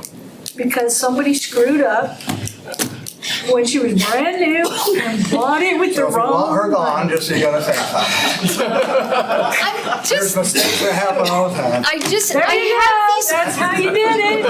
Rub it in, Pam. I don't really- Microphone Hey, back. I've only been here for 3 years and this has been told to me that this is I RDA, this know, is RDA. So now we're saying it's city property. We like Brenda, don't make me feel We bad. love Brenda. 2021, when this was all happening, it got paid for with city money instead of RDA money. That's why. Okay. I mean, there was property going everywhere, so somebody didn't fully think through it. It might not even have been me, it might have been my predecessor. Think through who needed to buy what parcels of property if that got sold with that. That's the only reason that we're sitting here talking about it, is because it got purchased with city money when it should have been RDA money, got titled to the city when it should have. In a perfect world, we wouldn't be having this discussion. But in 2020, 2019, whenever we bought that, that's what happened. Okay. Yeah. I don't have any more questions. Thank you. Any other questions? I do. Yeah. The knife? What? I'm just semi-kidding. I'm gonna refill my mouth, I'll be back in a little. I'll wait for you to come. Just kidding. Keep going. So in number 4, it says, letter D, construction of 460 parking stalls at Block 1. Are some of these for city employees that will say city employees only? Or will this be a discussion that will be carried on later on into the evening? Now, Pam, I gotta tell you, you had that answer to you in our meeting upstairs. But But you've been saying, I don't know anything. These other council members, that's not true. No. We have fed you everything that everyone else has had. No. Everything. I don't know it. I'm saying In our meet- it's in our council We had a packet. closed meeting. We had a and council you heard all packet. that. And I want to know, is this I think it's a great 460? question, but I didn't want the public to hear that no one's hearing anything, just these certain council members. That's not true. Well, the only reason why I learned that was because it was in my We had a council closed packet. meeting that we talked about. I don't remember the number 460 being And talked then our meeting about. upstairs, I tell you, yes, we will have 40, about 40 that will be, we talked about, Chad, you and me, we talked about there'll be 40 that will be designated to employees. But this says 460. Out of the That's the total. 460, That's that's the the total. total. Yep, 40 of that 460, if you go to the computer, you can do a percentage and figure out what About that is. 9%. So we've said So that the over and development over. has proposed to increase the parking on the entire block to Right. 460.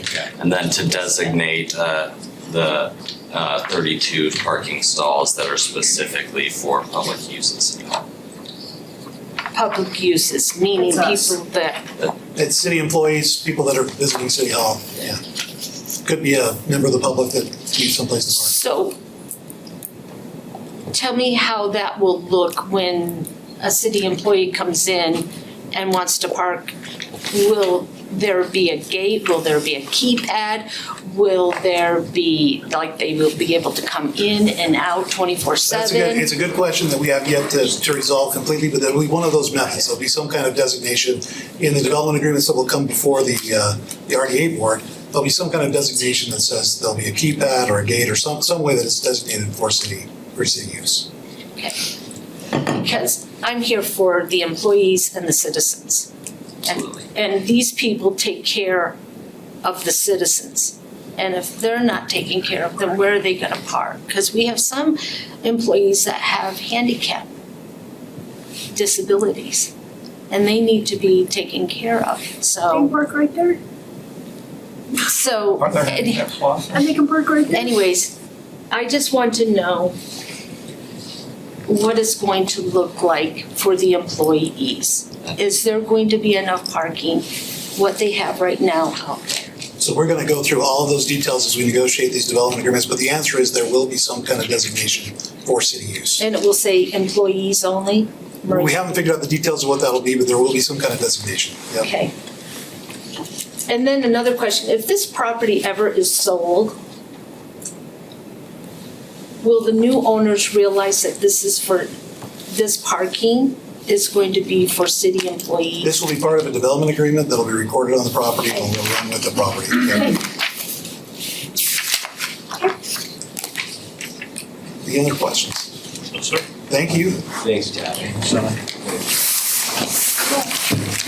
Thanks, you guys. Thank you. There's a lot mentioned. We'll be seeing you soon. Open and public meeting, because they're gutting it right now. No, we can't adjourn, we've got two more. Okay. So Open and Public Meeting Act and Anti-Harassment Training, GL Critchfield, you have 30 minutes. Thank you. That much. How are you? Gio, Yes. Make one request, please. next year when you give us this packet, can you switch it from a blue font so I can read it? No. Yes, I'll be happy. Thank you. Or send you the, Are you colorblind, Adam? Blue on blue is really hard to read. Yeah. It is, I can't. I can't. I tried. Got deeper in here and I was like, yeah, I'm. I think it's just the printer because it looks fine on screen. Okay. Screen 4 times. So, it's supposed to be a screen. It's not realistic. Do you want to do it one time so we can get that? All the changes to it. He's gonna flip it for you. I can probably do it. Yeah, I was like, all my entities that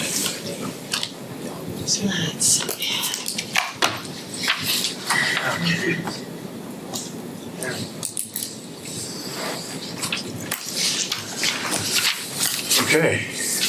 Following all that, I don't think it'll be 30 minutes unless you have enough questions and we Oh, can fill no, that you up. can, please take more, then I have to do mine. So, go ahead. Is the bill that's going to the legislature about records and the new, that they're talking about in LPC, this isn't gonna affect this at all, is it? not this. No. It's gonna affect our ground request. Yeah, Okay. yeah. But I think when that's all is said and done, it'll be fine. I don't think it's gonna be a big deal. So, if we're ready, annually, we are required by state law to go through the training on Open Public Meetings Act. I choose to think this is more of a reminder than training. I think many of us have been through this before. Scott's a little new, but he's already on top of this. I think I should also mention that the other side of this training will be the city's harassment policy and council harassment policy. That was brought up several years ago and was requested that we do it at the same time as we do this training and have an annual as well. So we've done that, that's part of your rules. As far as the Public Meetings Act is concerned, the public policy is that you as a public body exist to do the public's business, and that the intent is that your deliberations and your actions or your votes are taken openly and in public. What that means essentially is that you do this with the public observant. It doesn't necessarily mean the public gets to participate in every item.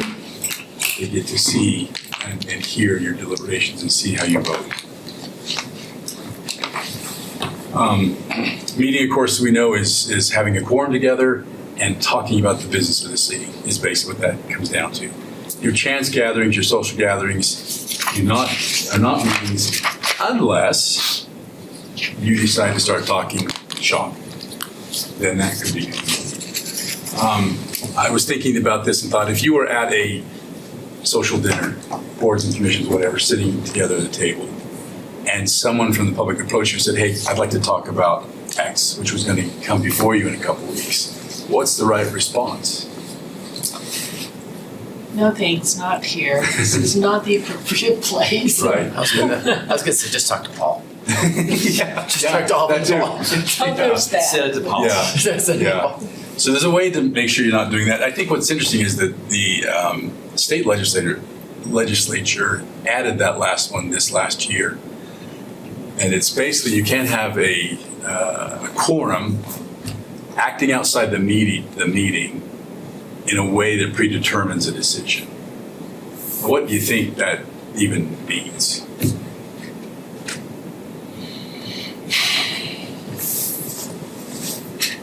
So three of us can't get on the phone and make a decision beforehand. Basically. Right, can't tell each other how Yeah. they're gonna vote Yeah. or try to influence the other person. Right. The other side, the other part of that statute says that this is not to prohibit you from using electronic devices to contact each other outside of the meeting. You can do that. You just cannot talk about a subject, the three of you, and say, okay, here's how we're going to vote, so that it's predetermined. That's all that means. Quorum is three of you, simple majority, unless otherwise, sometimes it's a simple majority. Now we talk about notifying the public. Every year, every public body in the city sends to Brook a list of their meetings for that coming year, and that gets published so that the public can see a year, well, not a year in advance, but before, I think it's in November, December, we do that. They can see what's coming up. Every meeting itself then has to be notified. You have to notify the public 24 hours in advance, and we do that by posting an agenda in certain places. Usually it's out here, it's on the Utah Public Notice website, it's on our website, sometimes it's on social media. But that has to be done 24 hours in advance, unless it's an emergency meeting, as you see there. There's also, I'll get into this a little later, but there's also a special meeting. Does anybody know what a special meeting actually is? No, and I really don't understand what an emergency meeting is. Well, emergency meeting, I mean, one example could be if you had some sort of natural disaster, earthquake or something, and you needed to start meeting to decide whatever it was, appropriations, I don't know what it would be. There could be an emergency there. But you're right. Very rare, if ever, will we have an emergency meeting.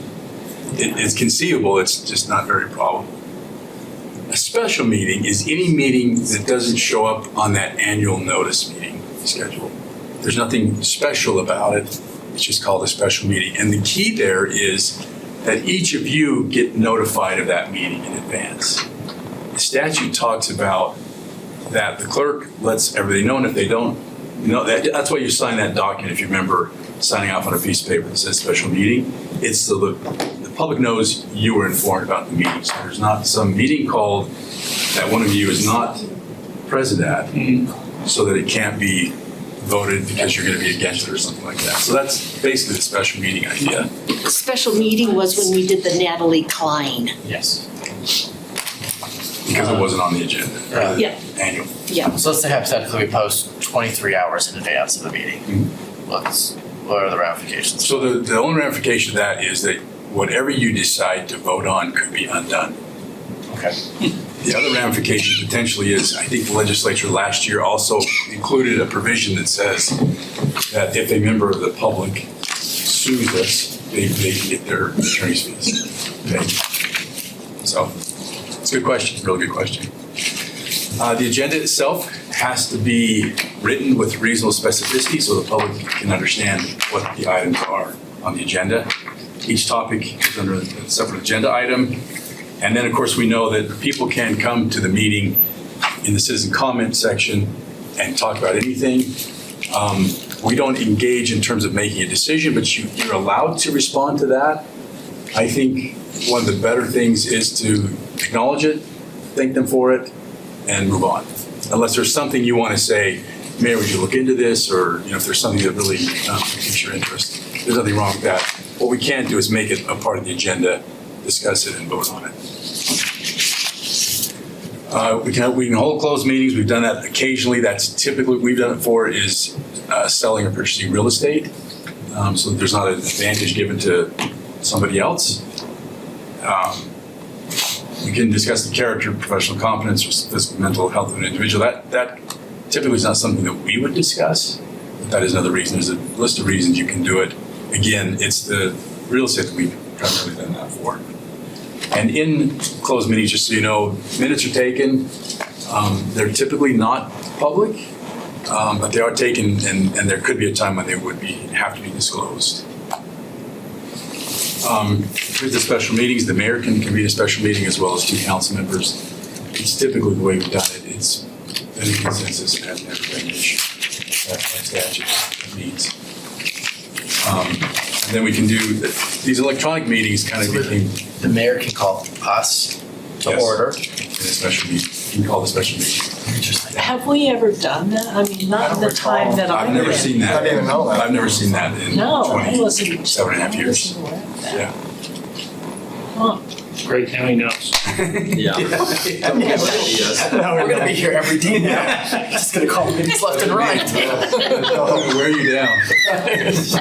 No, never. That's interesting. So electronic meetings, all I want to say about this really is we've kind of had this standard practice for many, many years that we typically don't do this. I mean, if you're off on city business and you need to call in, that's fine. I think the thinking behind that is, as a city council person, people get to see that you're engaged, that you're there, that you're active, and that you're deliberating on their behalf. So we just haven't done that very often. I'd like to see it more though, especially with my travel schedule. Yeah, we'd have to change the ordinance that says if you're away on public business, on city business, then you can call in. So we'd have to change that, but it's one of those things where just hasn't come up that often. So that's only when you're on city business you're supposed to call in. Because I know in the past there have been situations where people have been on vacation and they've called in. Yes, I'm aware of that. So yeah. Is that a no-no? So that's a no-no? What I'm saying is, our ordinance is very specific. Okay. Okay. So You probably could expand that. The ordinance, which has probably been in place for I don't know how many years, 30 years, maybe more, I don't know. That's what that says. the COVID changed that. COVID did change that to where we, under an emergency order, we were allowed to do this. Yeah. Yeah, because we held electronic meetings at that time. We did. And of course, in a public meeting, if somebody disrupts it, that can be disorderly conduct. They can be escorted out. You? Police, I'm not escorting anybody. Mayor. No. The mayor? He called the meeting. That's right. That's his punishment. Final actions are voidable means that they can be undone. The Attorney General, go ahead. So we need to always have police presence at our meetings. Helps, it always helps. And I think Craig is typically here. Yeah. Craig usually is. There's So- always somebody, and we if always he's send not, somebody you've if he's got- not there. Dispatch, wouldn't take Yeah. much They are to listen across to you. Right there. They are under- 911. It's your emergency. Can you give us your location? Yeah, we're Across the hall. I mean, that is, if you call from out there, that's where it goes. There's dispatch doesn't go inside here. So that's what we do as well. Quicker to run across the hall. So public enforcement, the violations can be enforced by the Attorney General or the DA. Private enforcement is possible as well by a member of the public. And then closed meeting violations are the only ones that are misdemeanors. They're the ones that you can avoid or are avoidable. Questions?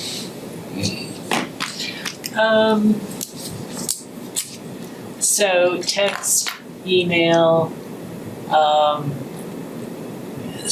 what are the ramifications of having texts or emails that might somehow degrade something you're dealing with, or may share personal opinions, or that kind of concern? So let me speak it in terms of one context, and you may mean it in a different context. One of the things that I think is important for a public body is to keep in mind it's sometimes the appearance of an impropriety that is not the worst in actual impropriety, but that's what people are perceiving, that it's actually something going on, right? So if I'm in the audience and I'm seeing one or more of you texting, then I'm going to assume you're talking to each other, even if that's not the case, right? So I think it's really important that if you can at all avoid that, it's not a family emergency or something, that you don't text each other up there. Otherwise, you're free to text, you're free to email. I think what you also need to keep in mind is some of those could potentially be public if it's talking about a public thing. So I have to be careful with that. Tell me the context. You may have been in a different context. No, that was good, but that was not the context I'm in. Okay, so if there's a controversial issue or a zoning issue or something that we're expressing our opinions about, if we're maybe denigrating an organization or something that we may be working with or deliberating on, or what Is are that you mean outside of a meeting? Yes. Yeah. Yes. No. I. So that would be something that's probably subject to GRAMA, Yes. Government Records Access That's Management what Act, where that I could want you be to talk about. that would have to be something we may have to give up if someone does a request for something like that. And they Yeah. can request They that. can request that, yes. So text, Yes, emails. everything, yeah. Several years ago, there was a suggestion floated, which we declined to recommend, was that the council have a private log. And that would clearly violate this. Yeah. Oh my God. Yeah, that was here. Someone suggested that. So electronics are a big deal these days, and I think you're just better off just being as professional as you can, whether you're sitting on the dais, whether you're anywhere you're at in your communications. It's just the best way to do it. Yeah. We're talking by phone. To make sure you can, yes. Any other questions? We're in person. All right, let's go on to the other training here.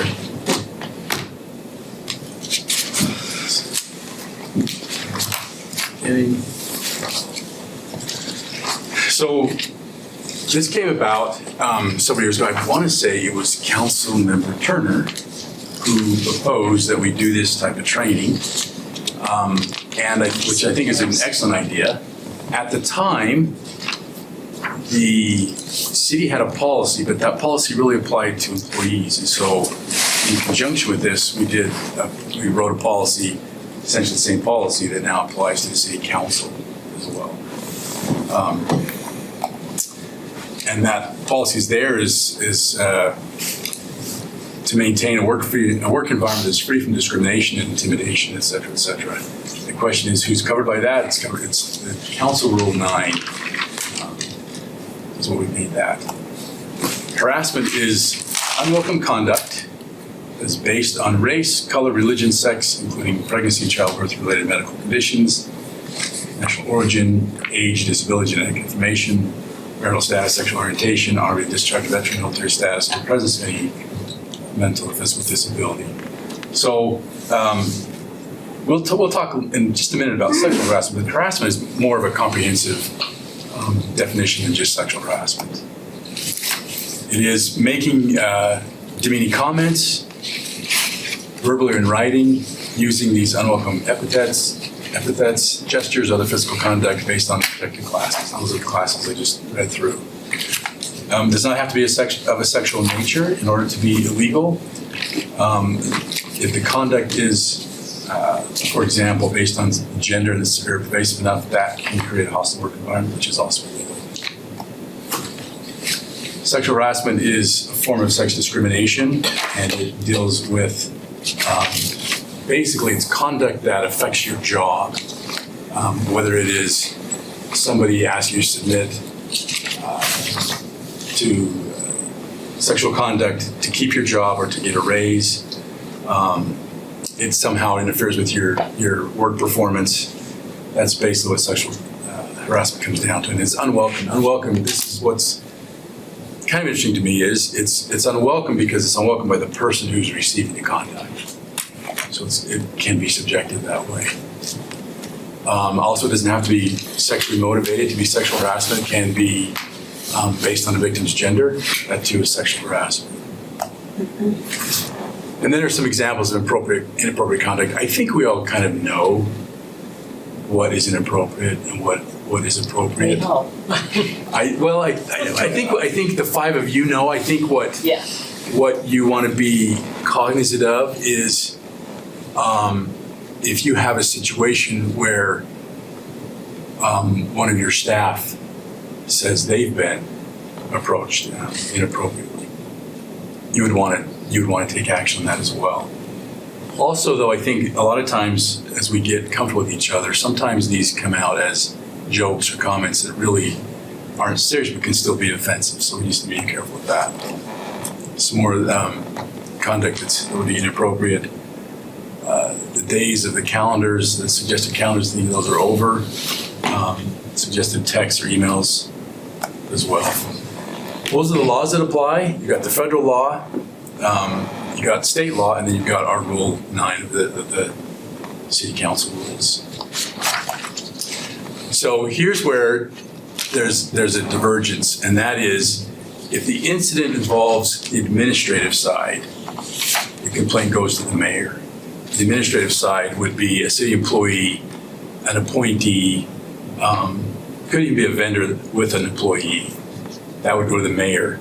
If it involves one of you or council staff, then that should come to me. And I can tell you what I would do is I would contact an outside counsel to come in and investigate it. And the investigation is simply meeting with the people involved and any witnesses and hearing what they have to say, and then making a recommendation based on that. That would probably come back to the full council if it was a council member who's being accused. So, any questions on that? Not really a question as much as a comment. Yeah. One thing I didn't see on there is it has to be perceived by a reasonable person. It does. Yeah. I didn't see that on there, and I know like the federal law it harps on that a lot. Yeah. Because we're the weird world we live in.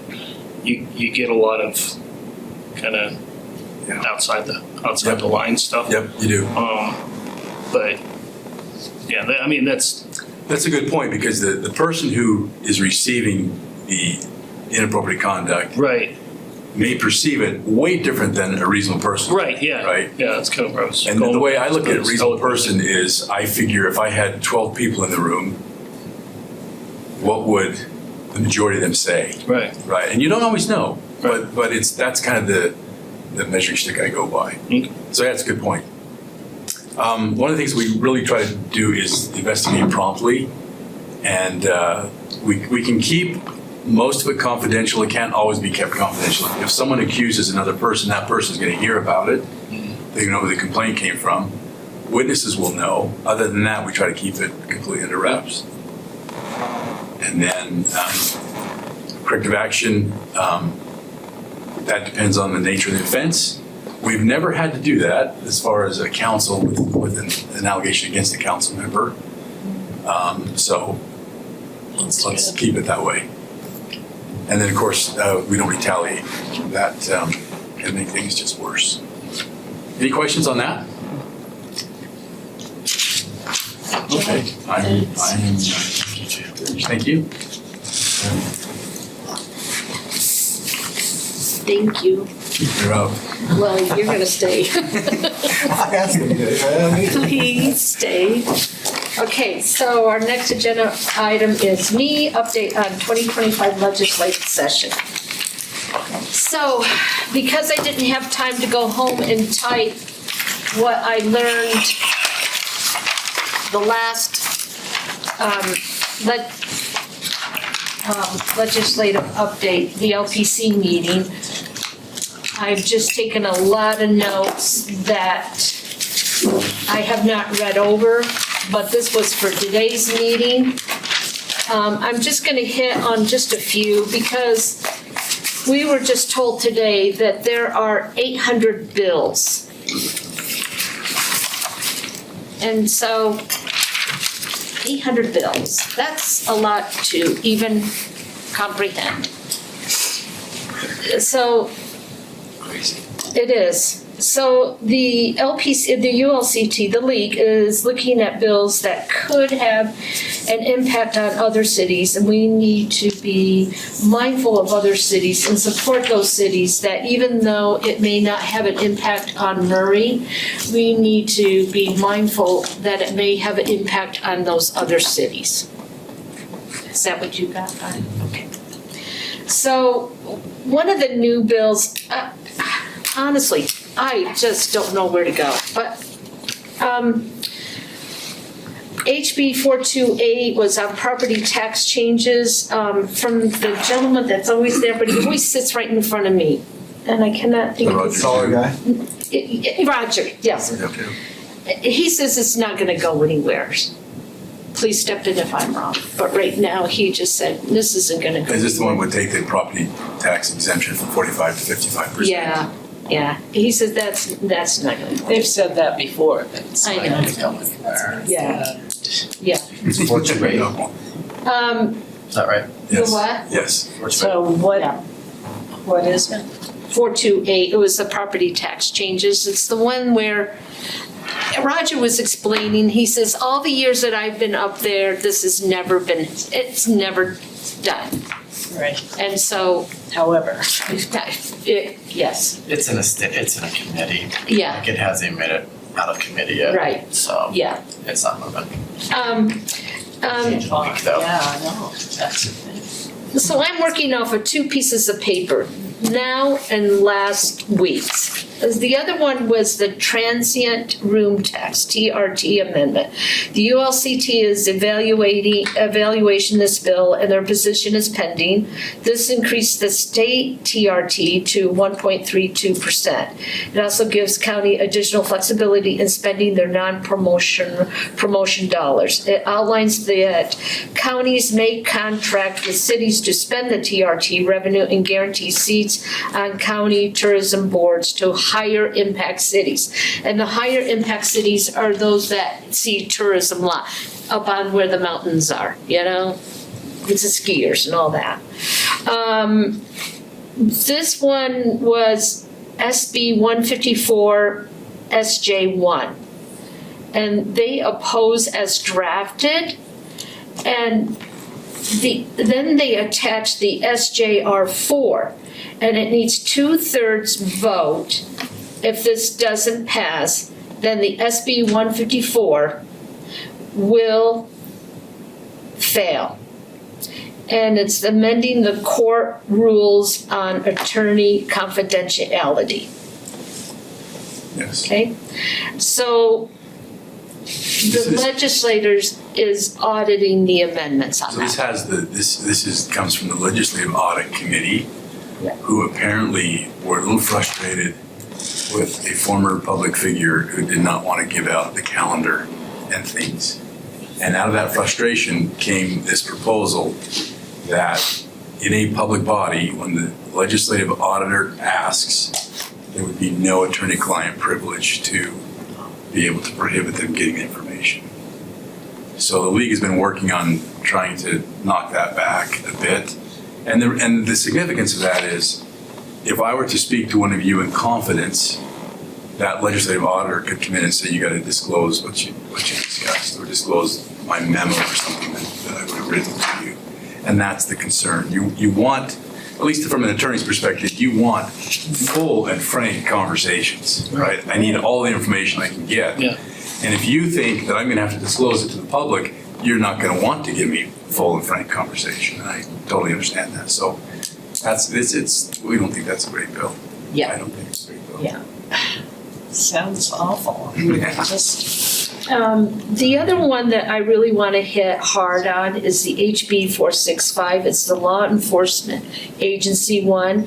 And they asked us to ask our Chief Burnett how he stands on that. But I don't know if you, the mayor, or anyone has talked about any of that. But the league opposes this very much so. Are you guys familiar with this? Nope. Yeah, I watched it today. Yeah. They want to go scorched earth, it seemed like. They were. So is this the one about Salt Lake City? Yeah. Yeah. First class Well, this one was, well, this one is, the leagues oppose it as drafted, and if the city doesn't do the sign agreement, then they could hold back our gas tax revenue, and it varies cities to city. Yeah, so the idea is that there is a city that someone in the legislature is unhappy with in terms of policing. And so what they've said is they want the Department of Public Safety to come in and make an agreement that they will come in and help police. And I want to say, yes, in terms of also creating a real, what they call the one strike force? Yes. Strike force. Yeah. To do camping. Yeah, it says also hold back homeless, mitigate. Yeah. So Mitigation, yes. I think one of the things that was expressed today in this meeting at LPC, that's the lunch meeting that they have weekly, was you could make that agreement with the Department of Public Safety if you wanted to anyway. Why force it down our throats? And the stick is, if Salt Lake City doesn't enter into an agreement, then I think they get their B&C road funds cut back, and they get their homeless shelter funds cut back. That's ridiculous. I mean, DPS could go in there anytime they want. Yeah. Anytime they can do whatever they want. Yeah. And Salt Lake City can do anything about it. Yeah. So I like that they take the homeless funds. It's like, you have a homeless problem, so we're just gonna take away Yeah, the we're fund. gonna take money away. Help the problem, make it worse. And they were saying, the mayor from Draper was saying, this is kind of like letting the camel's nose into the tent, because once that camel's nose is in the tent, this could open other areas that will bring forward. So anyways, they're opposing this as it is. Let's see. I'm just trying to hit the ones that I just. That was a big talk.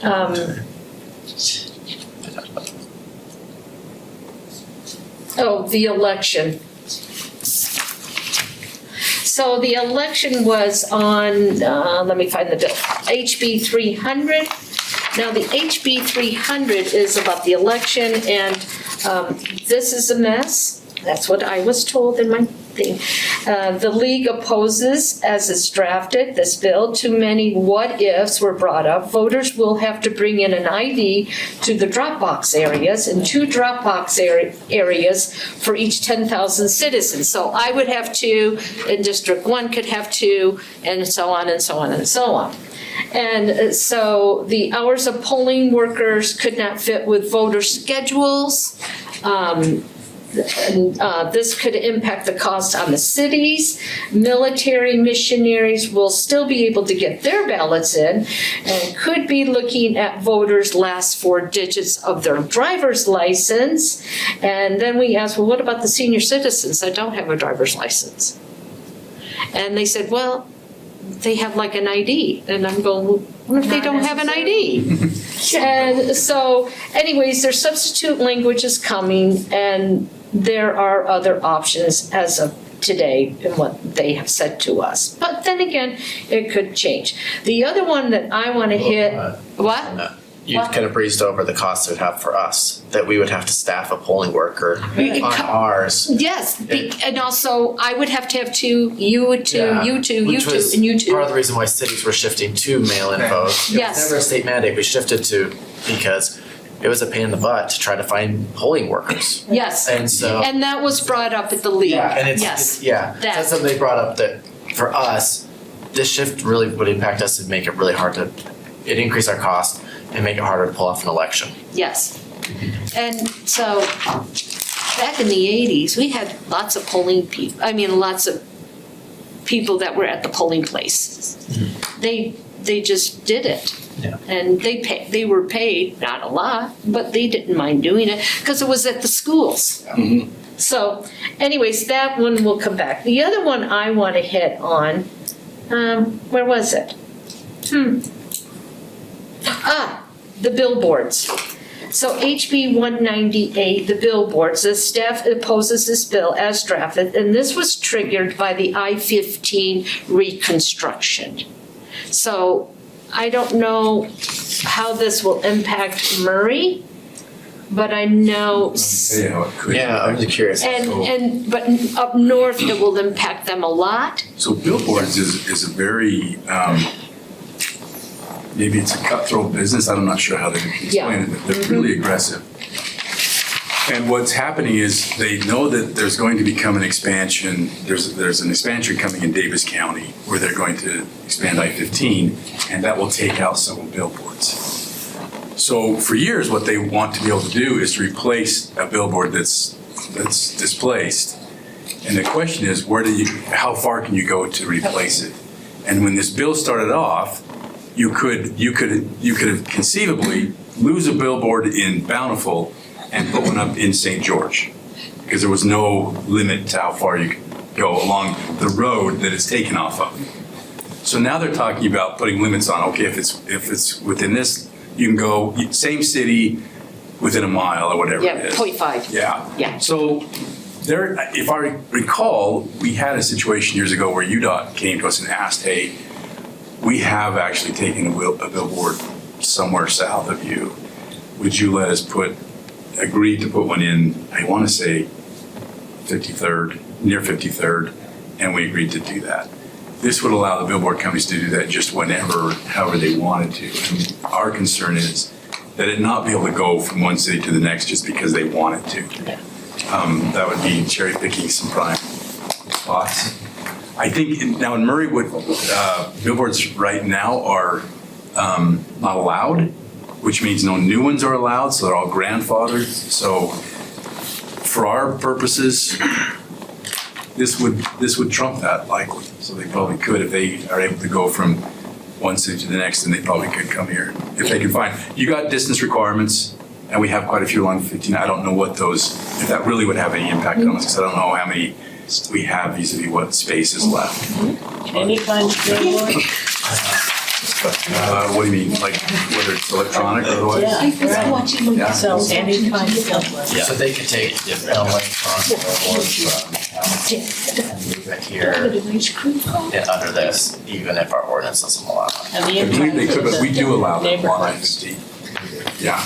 Yeah, but they have to be so far away from Yeah, housing. residents, yeah. Yeah. Yeah, that's the fight, that's one of the big fights with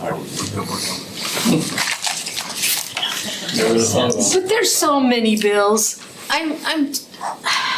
But I remember there one time when there were 1,100. Yeah, I was gonna say 1,200 one year. Oh, it's gonna be, it'll be at least 1,200 this year. Oh. Yeah, this is just. We're not done. No. We're halfway through. Okay. We're not done. That's why I thought 800, that's not. I'm not throwing any legislators under the bus. I'm not. That's not my purpose. But there was a really great article, and I'm going to adjourn, from Deseret newspaper that said the legislators have got to take a few steps back and look at what they're doing to the cities. And that was reported in the Deseret newspaper. Very short article. It was really good article. But how many more do we have left? Two? Two more. And then we'll have GL, we'll have our lobbyists here, and they will just unpack everything. But right now, I think the major thing that's hitting a lot of these communities, these cities, is the union. I really, really do. I think this Yeah, union. it's a done deal, right? No, because I heard from a teacher that in June or July, they could come back and they could do a little bit of work on it. That's my understanding from a teacher friend who is associated with the MEA and all that. And so if they do it, they do it. If they don't, they As of don't. right now, it is. It is, right now, it is a done deal, and that's here and No now. bueno. So I will adjourn this meeting, and we'll have time to go to the ladies' room, restroom, and then we start at, what? 5:30, we're gonna have a break next, and then 5:30. Please leave me your committee of the whole packets, so I can. Oh, I thought it was 5. No. So, I did the break at 5.